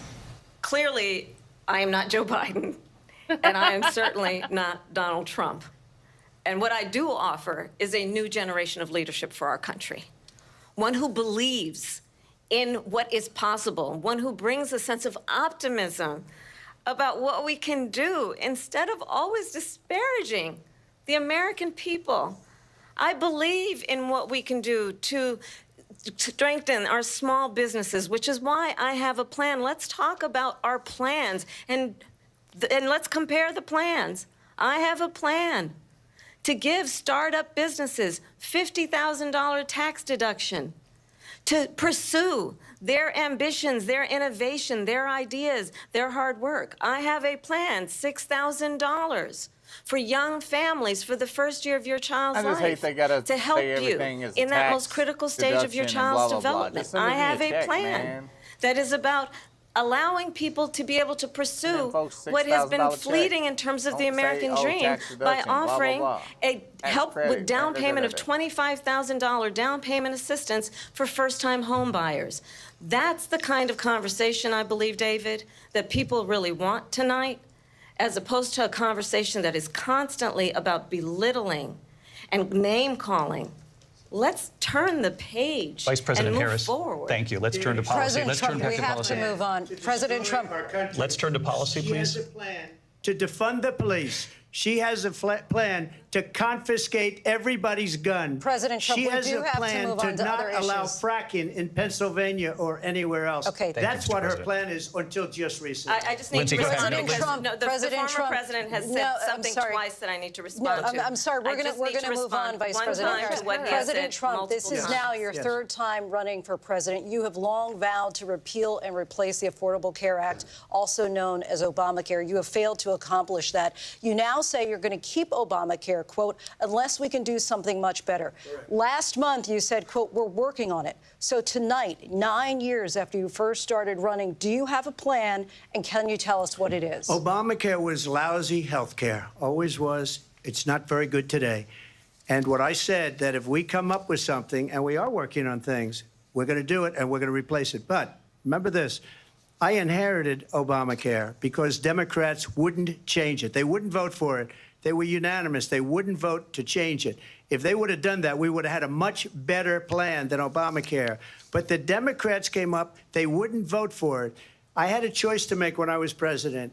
Do I save it and make it as good as it can be, never going to be great, or do I let it rot?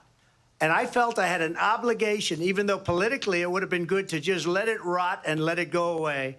I decided, and I told my people, the top people, and they're very good people. I have a lot of good people in that administration. We read about the bad ones. We had some real bad ones, too, and so do they. They have really bad ones. The difference is they don't get rid of them. But let me just explain. I had a choice to make. Do I save it and make it as good as it can be, or do I let it rot? And I saved it. I did the right thing. But it's still never going to be great, and it's too expensive for people. And what we will do is we're looking at different plans. If we can come up with a plan that's going to cost our people, our population, less money and be better health care than Obamacare, then I would absolutely do it.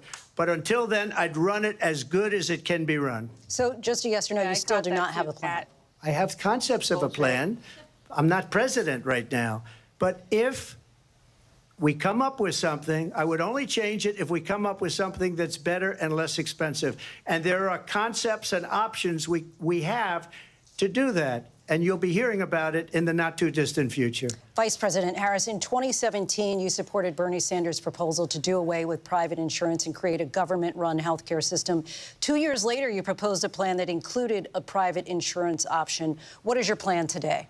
Well, first of all, I absolutely support, and over the last 4 years as vice president, private health care options. But what we need to do is maintain and grow the Affordable Care Act. But I'll get to that, Lindsay. I just need to respond to a previous point that the former president has made. I've made very clear my position on fracking. And then this business about taking everyone's guns away. Tim Walz and I are both gun owners. We're not taking anybody's guns away. So stop with the continuous lying about this stuff. As it relates to the Affordable Care Act, understand, just look at the history to know where people stand. When Donald Trump was president, 60 times he tried to get rid of the Affordable Care Act. 60 times. I was a senator at the time when I will never forget the early morning hours when it was up for a vote in the United States Senate. And the late, great John McCain, a couple times who you have disparaged just as being, and shit. You don't like him, you said, at the time because he got caught. He was an American hero. The late, great John McCain, I will never forget that night, walked onto the Senate floor and said, no, you don't. No, you don't. No, you don't get rid of the Affordable Care Act. You have no plan. And what the Affordable Care Act has done is eliminate the ability of insurance companies to deny people with pre-existing conditions. I don't have to tell the people watching tonight, you remember what that was like? Remember when an insurance company could deny if a child had asthma, if someone was a breast cancer survivor, if a grandparent had diabetes? And thankfully, as I've been vice president and we, over the last 4 years, have strengthened the Affordable Care Act, we have allowed for the first time Medicare to negotiate drug prices on behalf of you, the American people. Donald Trump said he was going to allow Medicare to negotiate drug prices. He never did. We did. And now we have capped the cost of insulin at $35 a month. Since I've been vice president, we have capped the cost of prescription medication for seniors at $2,000 a year. And when I am president, we will do that for all people, understanding that the value I bring to this is that access to health care should be a right and not just a privilege of those who can afford it. And the plan has to be to strengthen the Affordable Care Act, not get rid of it. Vice President Harris, thank you. In terms of where Donald Trump stands on that. I want to move to an issue that's important for a lot of... You made a mistake. No, don't Number let one, him talk. John McCain fought Obamacare for 10 years. But it wasn't only him. It were all of the Democrats that kept it going. And you know what? We can do much better than Obamacare, much less money. But she won't improve private insurance for people, private medical insurance.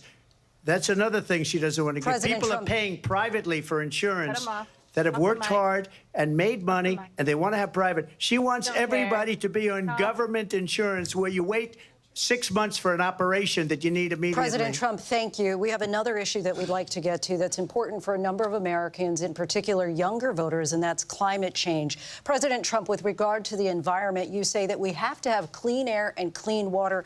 Vice President Harris, you call climate change an existential threat. The question to you both tonight is, what would you do to fight climate change? And Vice President Harris, we'll start with you. 1 minute for you each. Well, the former president had said that climate change is a hoax. And what we know is that it is very real. You ask anyone who lives in a state who has experienced these extreme weather occurrences, who now is either being denied home insurance or it's being jacked up. You ask anybody who has been the victim of what that means in terms of losing their home, having nowhere to go. We know that we can actually deal with this issue. The young people of America care deeply about this issue.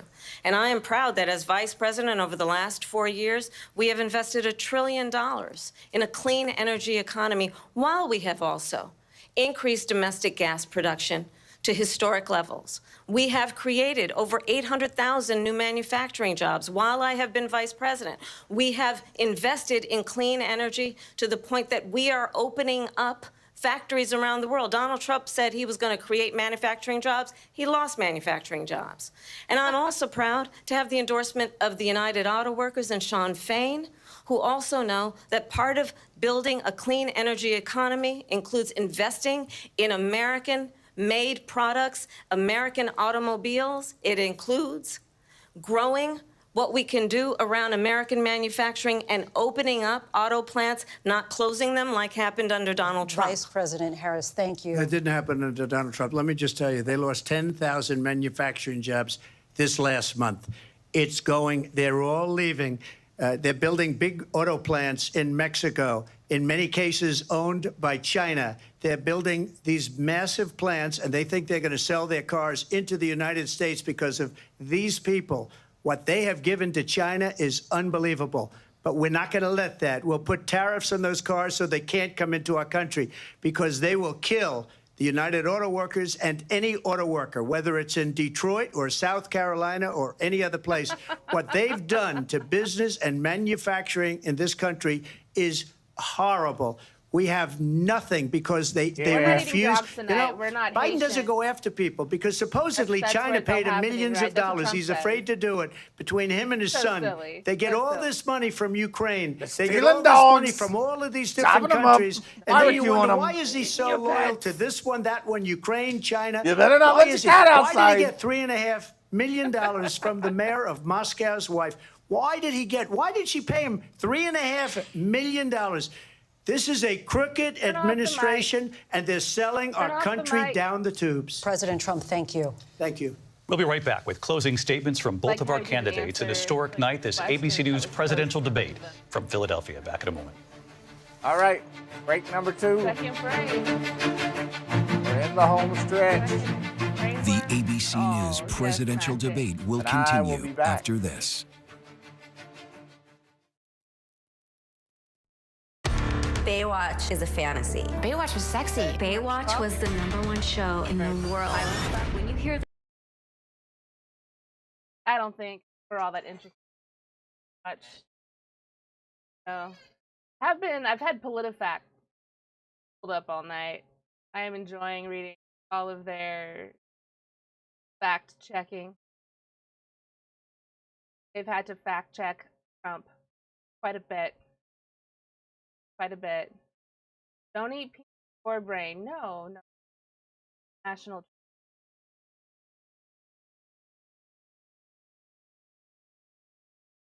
Digest them visually, audibly. Digest them. Yeah, man.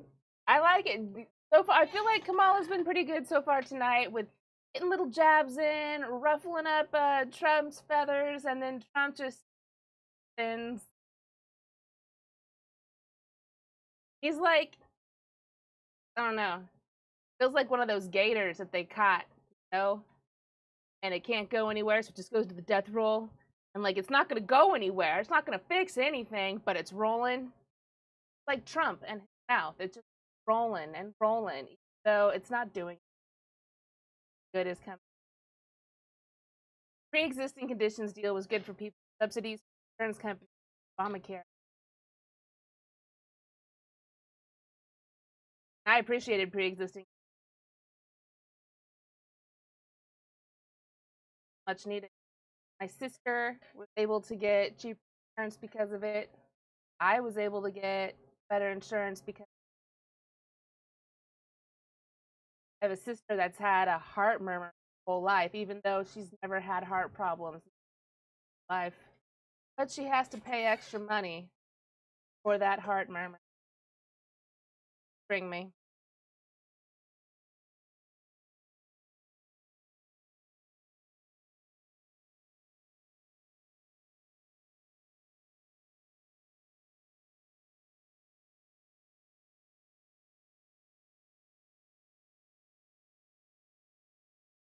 Hungry. A guest on C-SPAN mentioned that when the public option was made, he saw Obama was excited while Biden was.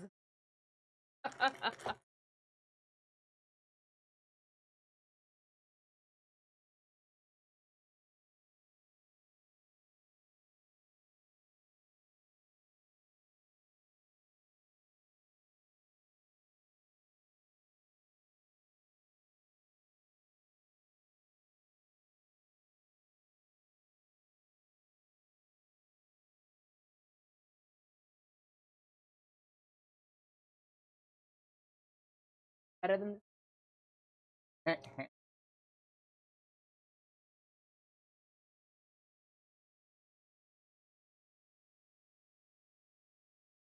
Searching on press, you found channels that you could tell would spin things, echo chambers. Yep. Yeah. That's what's most important, right? Spectacle.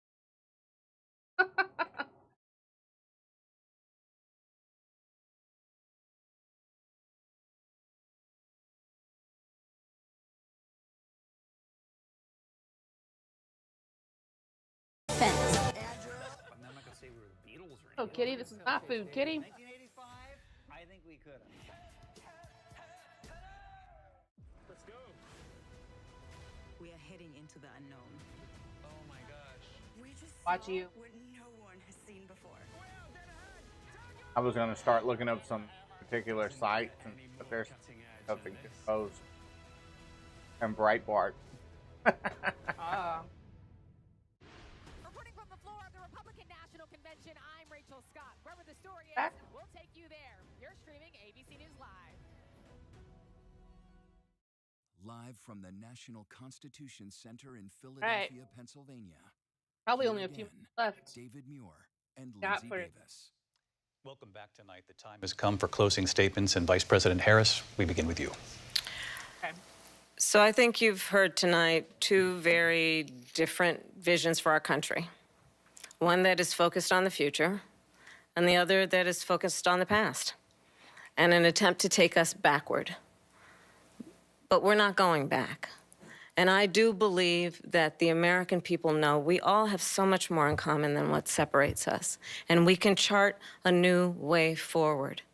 And a vision of that includes having a plan, understanding the aspirations, the dreams, the hopes, the ambition of the American people, which is why I intend to create an opportunity economy, investing in small businesses, in new families, in what we can do around protecting seniors, what we can do that is about giving hardworking folks a break and bringing down the cost of living.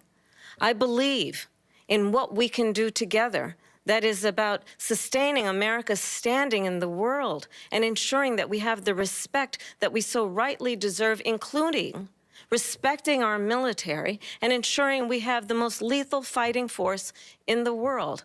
I will be a president that will protect our fundamental rights and freedoms, including the right of a woman to make decisions about her own body and not have her government tell her what to do.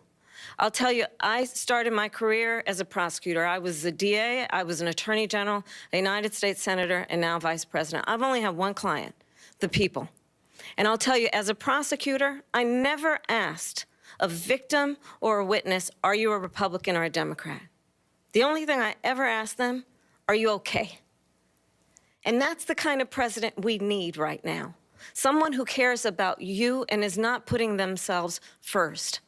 I intend to be a president for all Americans and focus on what we can do over the next 10 and 20 years to build back up our country by investing right now in you, the American people.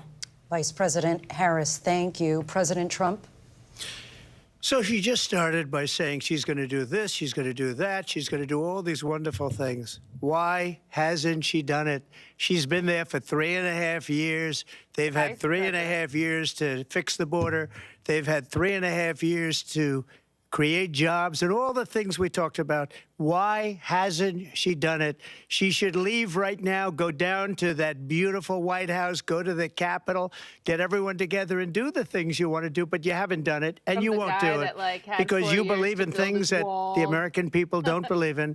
You believe in things like, we're not going to frack. We're not going to take fossil fuel. We're not going to do things that are going to make this country strong, whether you like it or not. Germany tried that, and within 1 year, they were back to building normal energy plants. We're not ready for it. We can't sacrifice our country for the sake of bad vision. But I just ask one simple question.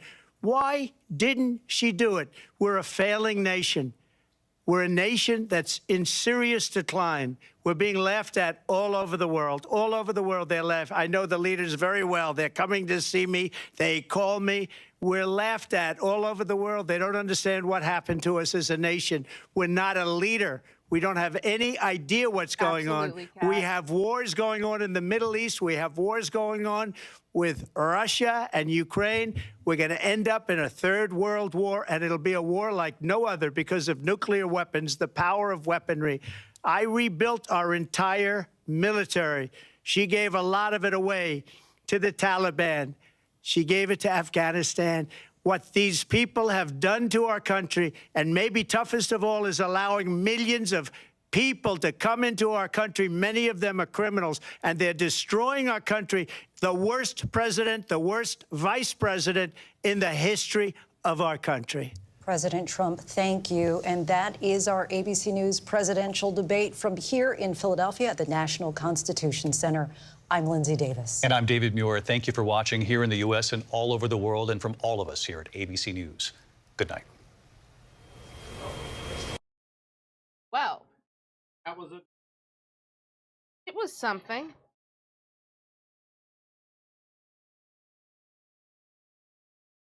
Kind of one-sided. Like Kamala, I think, answered a lot of questions, and Trump didn't answer a lot of questions.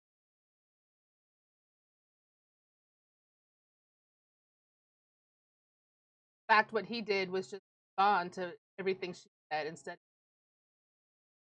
questions.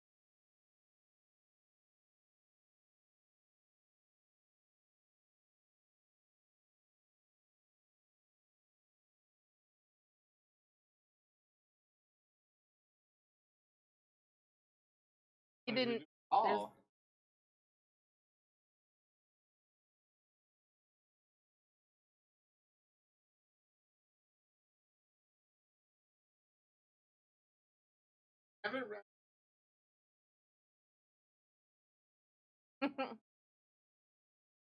Jay's muted. Oops. Yeah, the crowd size and boring statement definitely hurt him early on. You're right, Mac Dave. You got rattled. Got rattled good. Curious to see what people are gonna say, like tonight and tomorrow. Yep.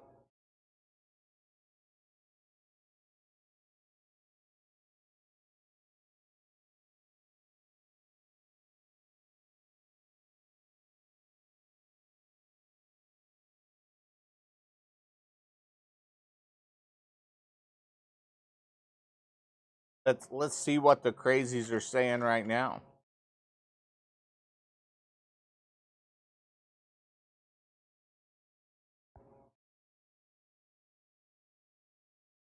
I'm going to Breitbart.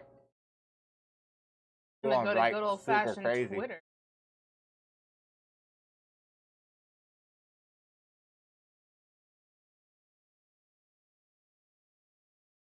So they're saying the moderators teamed up with Harris to debate Trump.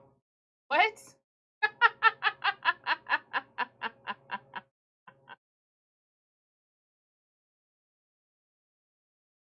They're complaining about them fact checking him, but not her. Well, I mean, dude did say that, you know, baby murders happen or afterbirth abortion. But Breitbart also says that that's what people are trying to get.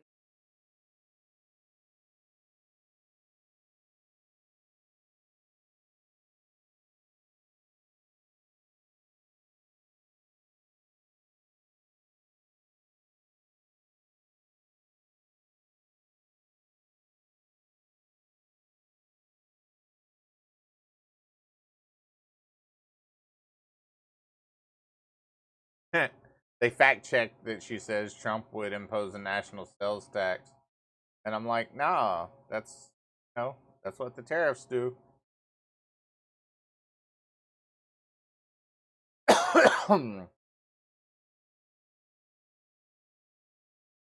Yes, you are correct, Kat. They did keep turning his mic back on. But not her. No, it was very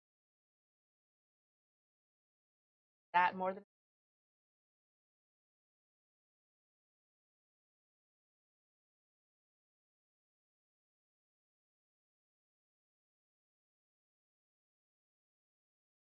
I mean, it was nice that they let him keep rambling a couple of times.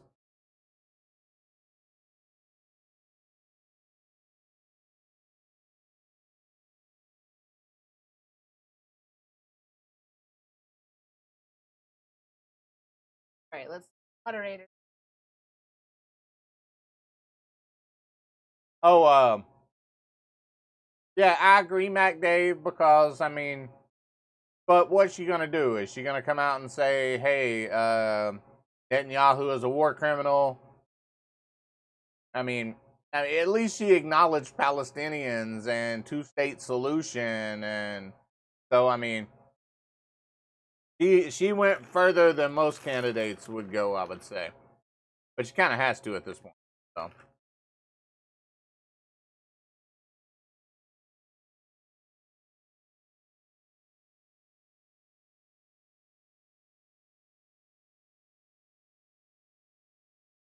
Oh yeah, I think she won on substance, style, being able to answer questions. You know, the basics.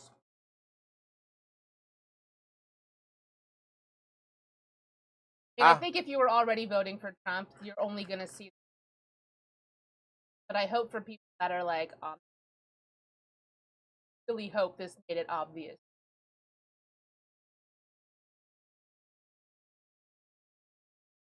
This is the real question. Do you think the debate tonight has changed anybody's?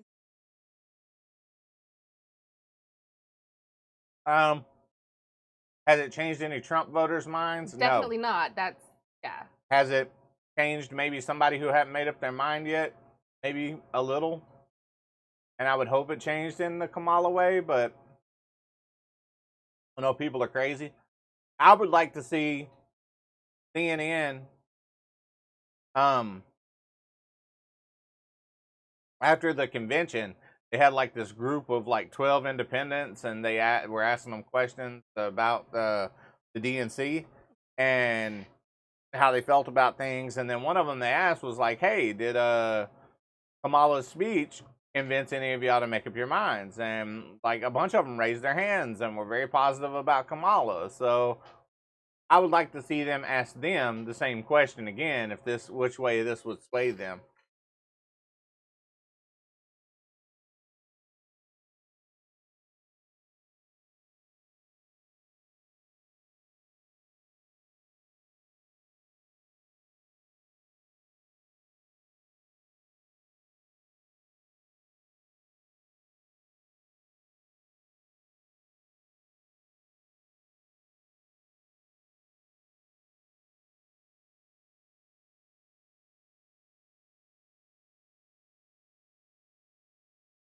Oh yeah, and and the illegal aliens in prisons get mandatory sex changes. Yes, yes, that was said in a presidential debate. I like this. Trump arguing with the moderators over pets in Ohio wasn't part of the campaign. That was not the hill to die on, Trump. That was. But I seen him eating dogs on TV. On TV.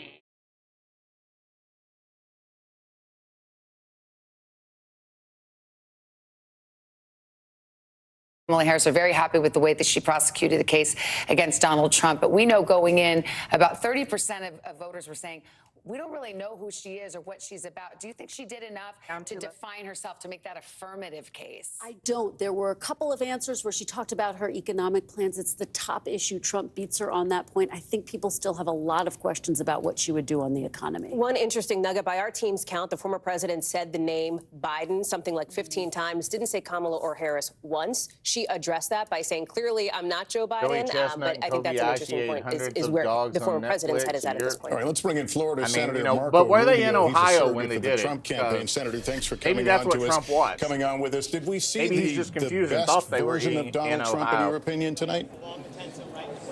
Well, two things. These candidates have very different objectives going in. Donald Trump's well known. He was the president of the United States. He's been campaigning basically for the last 8 years, 4 years, actually going back to 2016. Most voters didn't even know who Kamala Harris was. Tonight, for the first time, they got glimpses of it. Look, I don't think the moderators did the best job. Yeah, of that's pressing her messed on up, this. Mac Dave. I think got glimpses Hopefully of what she has people know stood to go for as check their recently as registration. 2019 and 2020. And here in Philadelphia, and here in Pennsylvania, where she wanted to ban fracking. But beyond that, I think there are all kinds of things that the moderators never asked, questions that I wanted to see asked. For example, grocery prices are up 50% from 2020. What is your responsibility for that? I thought her answer on Afghanistan was complete nonsense. She was vice president at the time. Joe Biden didn't withdraw from Afghanistan. We were run out of Afghanistan. So on issue after issue, I think for the first time, voters are starting to get a glimpse of someone and starting to understand the positions that she truly believes in. We don't. She's basically cut and paste, literally cut and paste out of the Biden agenda. People don't want the Biden agenda. But what she really believes in are the radical ideas that she ran on in 2019 and 2020. I think for a lot of Americans who don't know a lot about her, tonight they were introduced to those facts. I think that's going to have an impact on this race. Senator, you just laid out the case against her pretty clearly. Do you wish that Donald Trump had done so more clearly? Well, I think he did. Unfortunately, like I said, look, I'm not one of these guys that likes to complain about moderators. This one was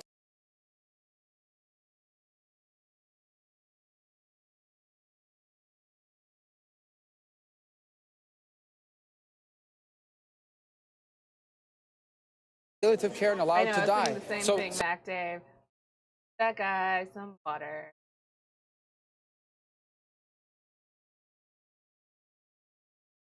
Florida, yeah, Florida's a weird state.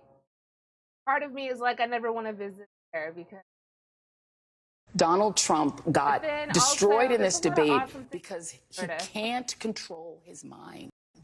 And you don't want a president of the United my sister's husband, brother-in-law, if he gets to Florida, I will totally go to. And yeah, like Disney World's one of the places I want to go. I wouldn't mind seeing out there. There's really awesome that's set out of Florida.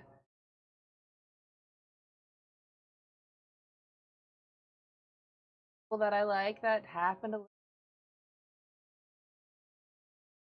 I said, Florida is not my state, man. I don't. But then, Kat, full disclosure, I kind of feel similarly about Texas. to those 6 justices. There is no But I would go to Texas. I'd be apprehensive certain things happening in Texas, but In Springfield, they're eating Mike is the cutting dog. in and out. No. Is this better?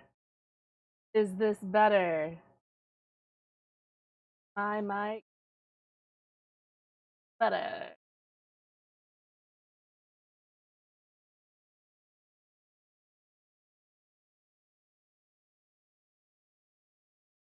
Like how I'm seeing moderators are great. These moderators are fact checking. I can't believe we have actual moderators this time.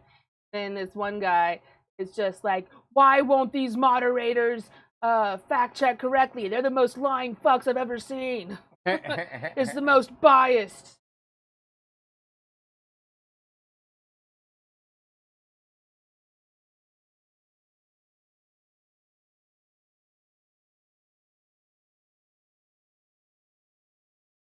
Someone's all like, Kamala has lied about late to abortion, very fine people, J6, bloodbath, crime data, border security, Project 2025, and fracking. By the way, I had PolitiFact open the whole time. He didn't. The ABC moderators are a disgrace. They're propaganda.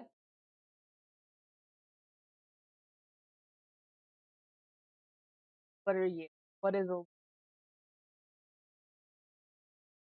author of Hide Your Children, exposing the Marxists behind the attack on America's kids?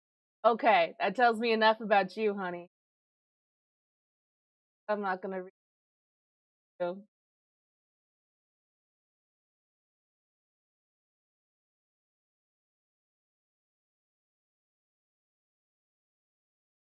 So, The former vice president called for defunding federal law enforcement 45,000. The thing about Texas is I really rarely leave the Austin area. That's the place I hear is the best part of Texas. The area near Beaumont can be a bit racist, and the Panhandle part can be a bit religious. I mean, here's the crazy thing. Every state has, I don't know, look at things and all we see is like the worst. Like Florida, I can think of so many reasons why I never want to go to Florida. But there's also a ton of sane and rational people. Same is true for California. People think it's a super blue state. Yeah, the major metropolitan areas are, but California is huge. And when you get outside of those areas, people are a lot more red and purple. I mean, hell, former Speaker of the House, Republican one, he's from California. We've got a lot of California Republican congressmen, yeah. Yeah. So I definitely have like thoughts about a lot of states, but then they're usually like, I think they're most part irrational.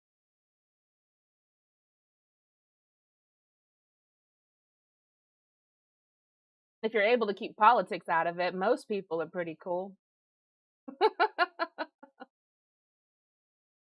Even with politics, as long as they ain't crazy, they're probably pretty.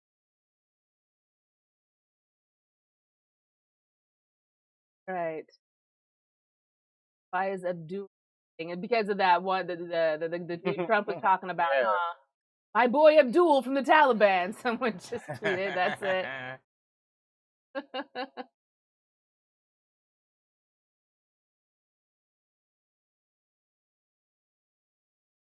Someone's like, just correcting what Trump said. Abdul is the head of the Taliban. The leader of the Taliban is called Hibatullah Akhund. Oh, sure. And the Taliban barely used snipers against forces. Their deadliest weapon was IED, not snipers.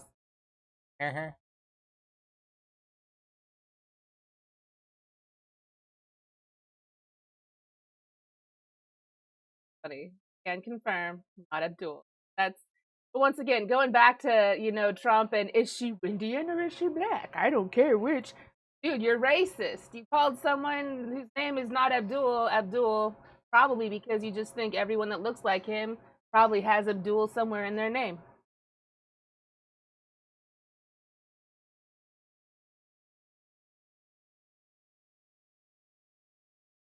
Georgia was a whole nother story.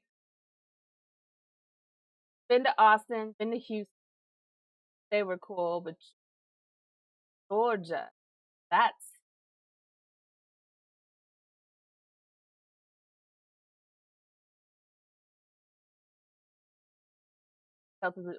why spring.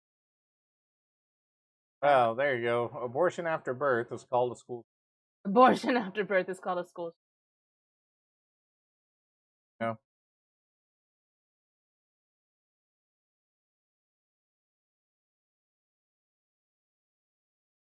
Oh, Springfield's trending.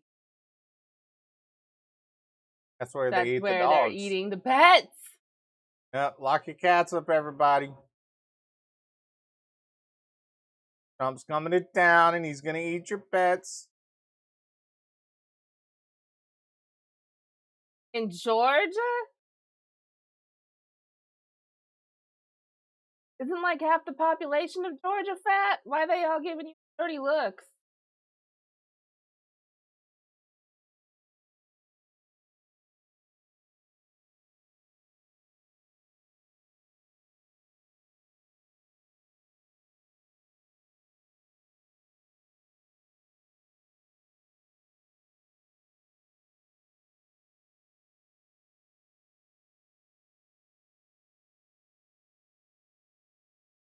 Not a Houston fan because of the traffic. Have not experienced traffic.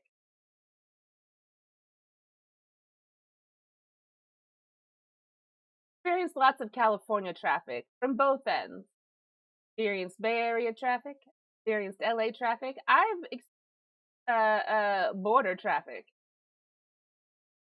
They're all just but all incredibly heavy.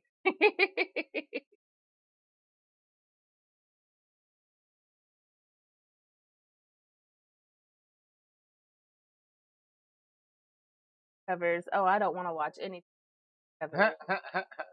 That's not for me. Thought it was really funny when Trump tried to say Hannity said it, Jesse Waters said it, and Laura Ingraham said it. And I'm like, all three people you just named are very disingenuous people. Those aren't real journalists you named.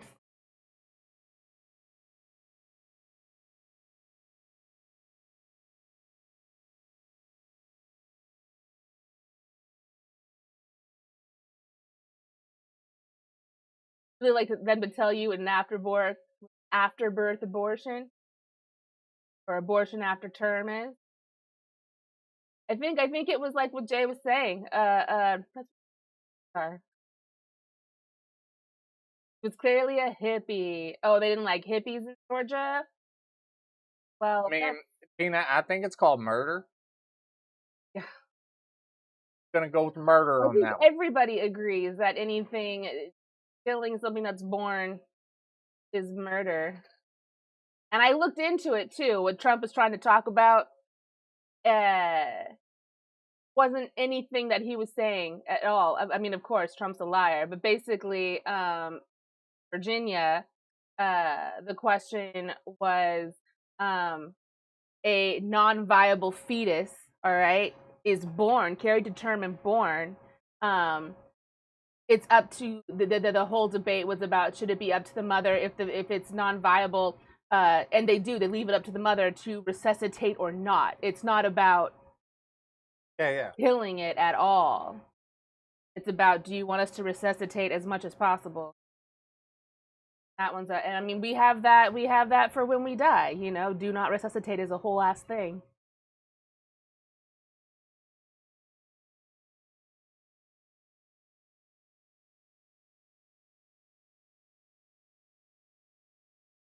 Well, welcome back, Dave. All right, let's listen to this dude actually trash Trump, even though he's a Fox News. I didn't think I was ever going to witness a debate as devastating as the one that you and Dana moderated back in June, where Joe Biden basically tanked his re-election campaign. I think tonight was just as devastating. I think that Kamala Harris pitched a shutout. On almost every subject I can think of. She shut Trump down on abortion. She shut Trump down on January 6th and democracy. She shut him down on national security and turned to the former president and said, the military leaders who served with you think that you're a disgrace. And then, as Dana mentioned, very powerfully at the end made the point that she is the candidate of change and we need to turn the page from a decade of division and polarization. On substance, I think she pitched a shutout, and I think she did on style as well. I didn't think I was ever going to witness a debate as devastating as the one that you and Dana moderated back in June, where Joe Biden basically tanked his re-election campaign. I think tonight was just as devastating. I think that Kamala Harris pitched a shutout. Well, he pitched a shutout. He thinks it's devastating for Trump. I don't know if it was devastating. Like I said, I think depending on your personal bias, if you already are a Trump supporter, I think you're not going to think you did bad tonight. And I think you're going to sit back and think that it was unfair and that Kamala is a liar, you know? Like, I think that's just how it is. I think if you're already behind Kamala, probably similar things, although there's probably more rationality to that. I think she did very well.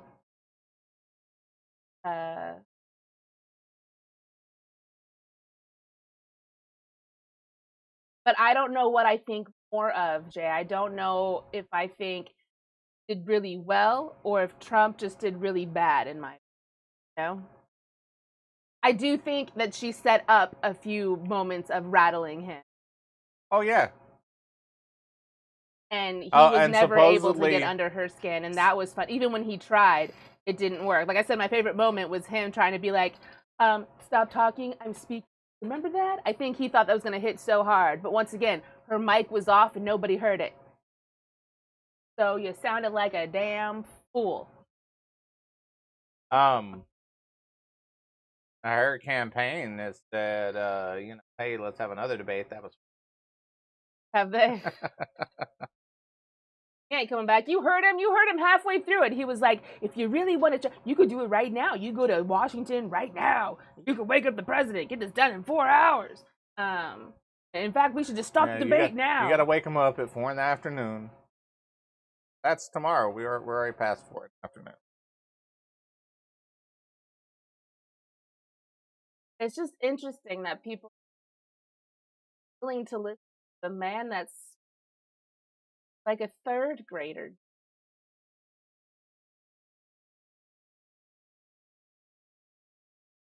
Look, whatever. Make no mistake about it. Trump had a bad night. He rose to the bait repeatedly when she baited him, something I'm sure his advisors had begged him not to do. You know, in the first debate when Biden attacked him, he just kept his cool and kept going. In this debate, he rose to debating, and we heard so many of the old grievances that we'd long thought that Trump had learned were not winners politically. Accurately and now they all were, you know, talking about how he didn't lose the election and all that. I mean, talking about so Nate my Silver? sense is that she can't. Right, a lot. Or Steve.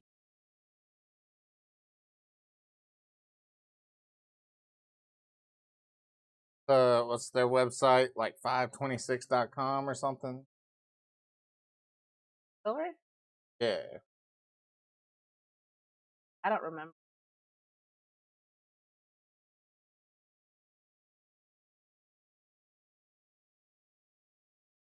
$538.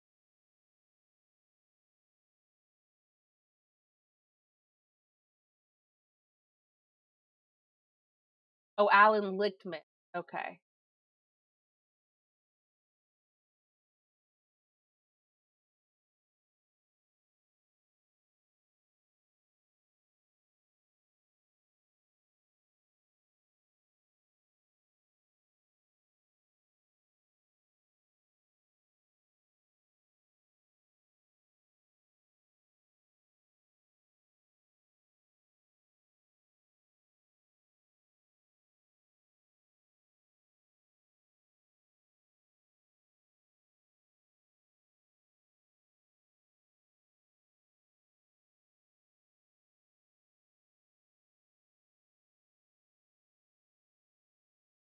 Yes, Alan Lichtman.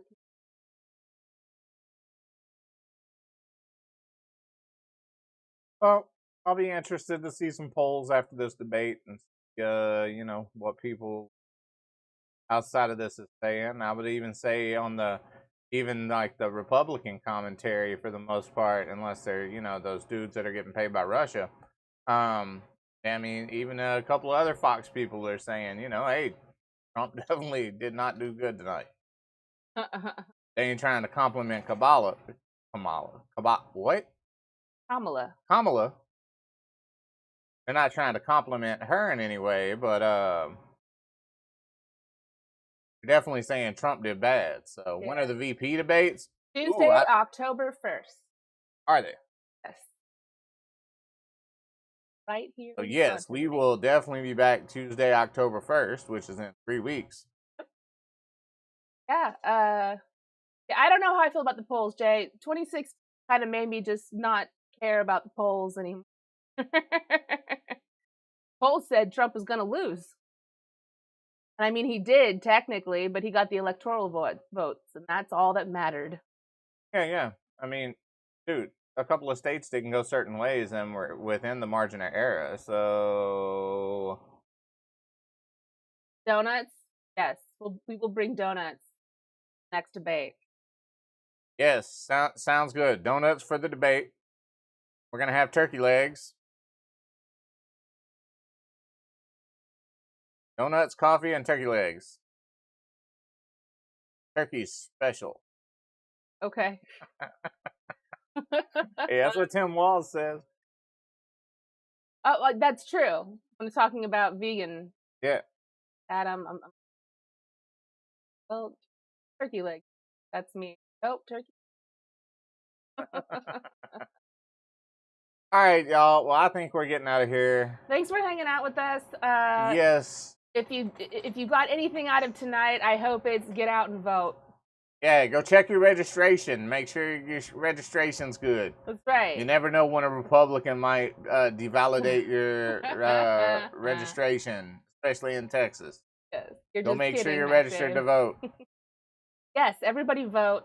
Pets are friends, not food. We gotta remind Donald Trump of that. Yeah, because to think. He saw it on TV. He saw people eating dogs on TV. That must be. But we'll leave y'all with, eating dogs. Well, we're going to leave you with go vote. All right. Yes, go vote. Bye, everybody.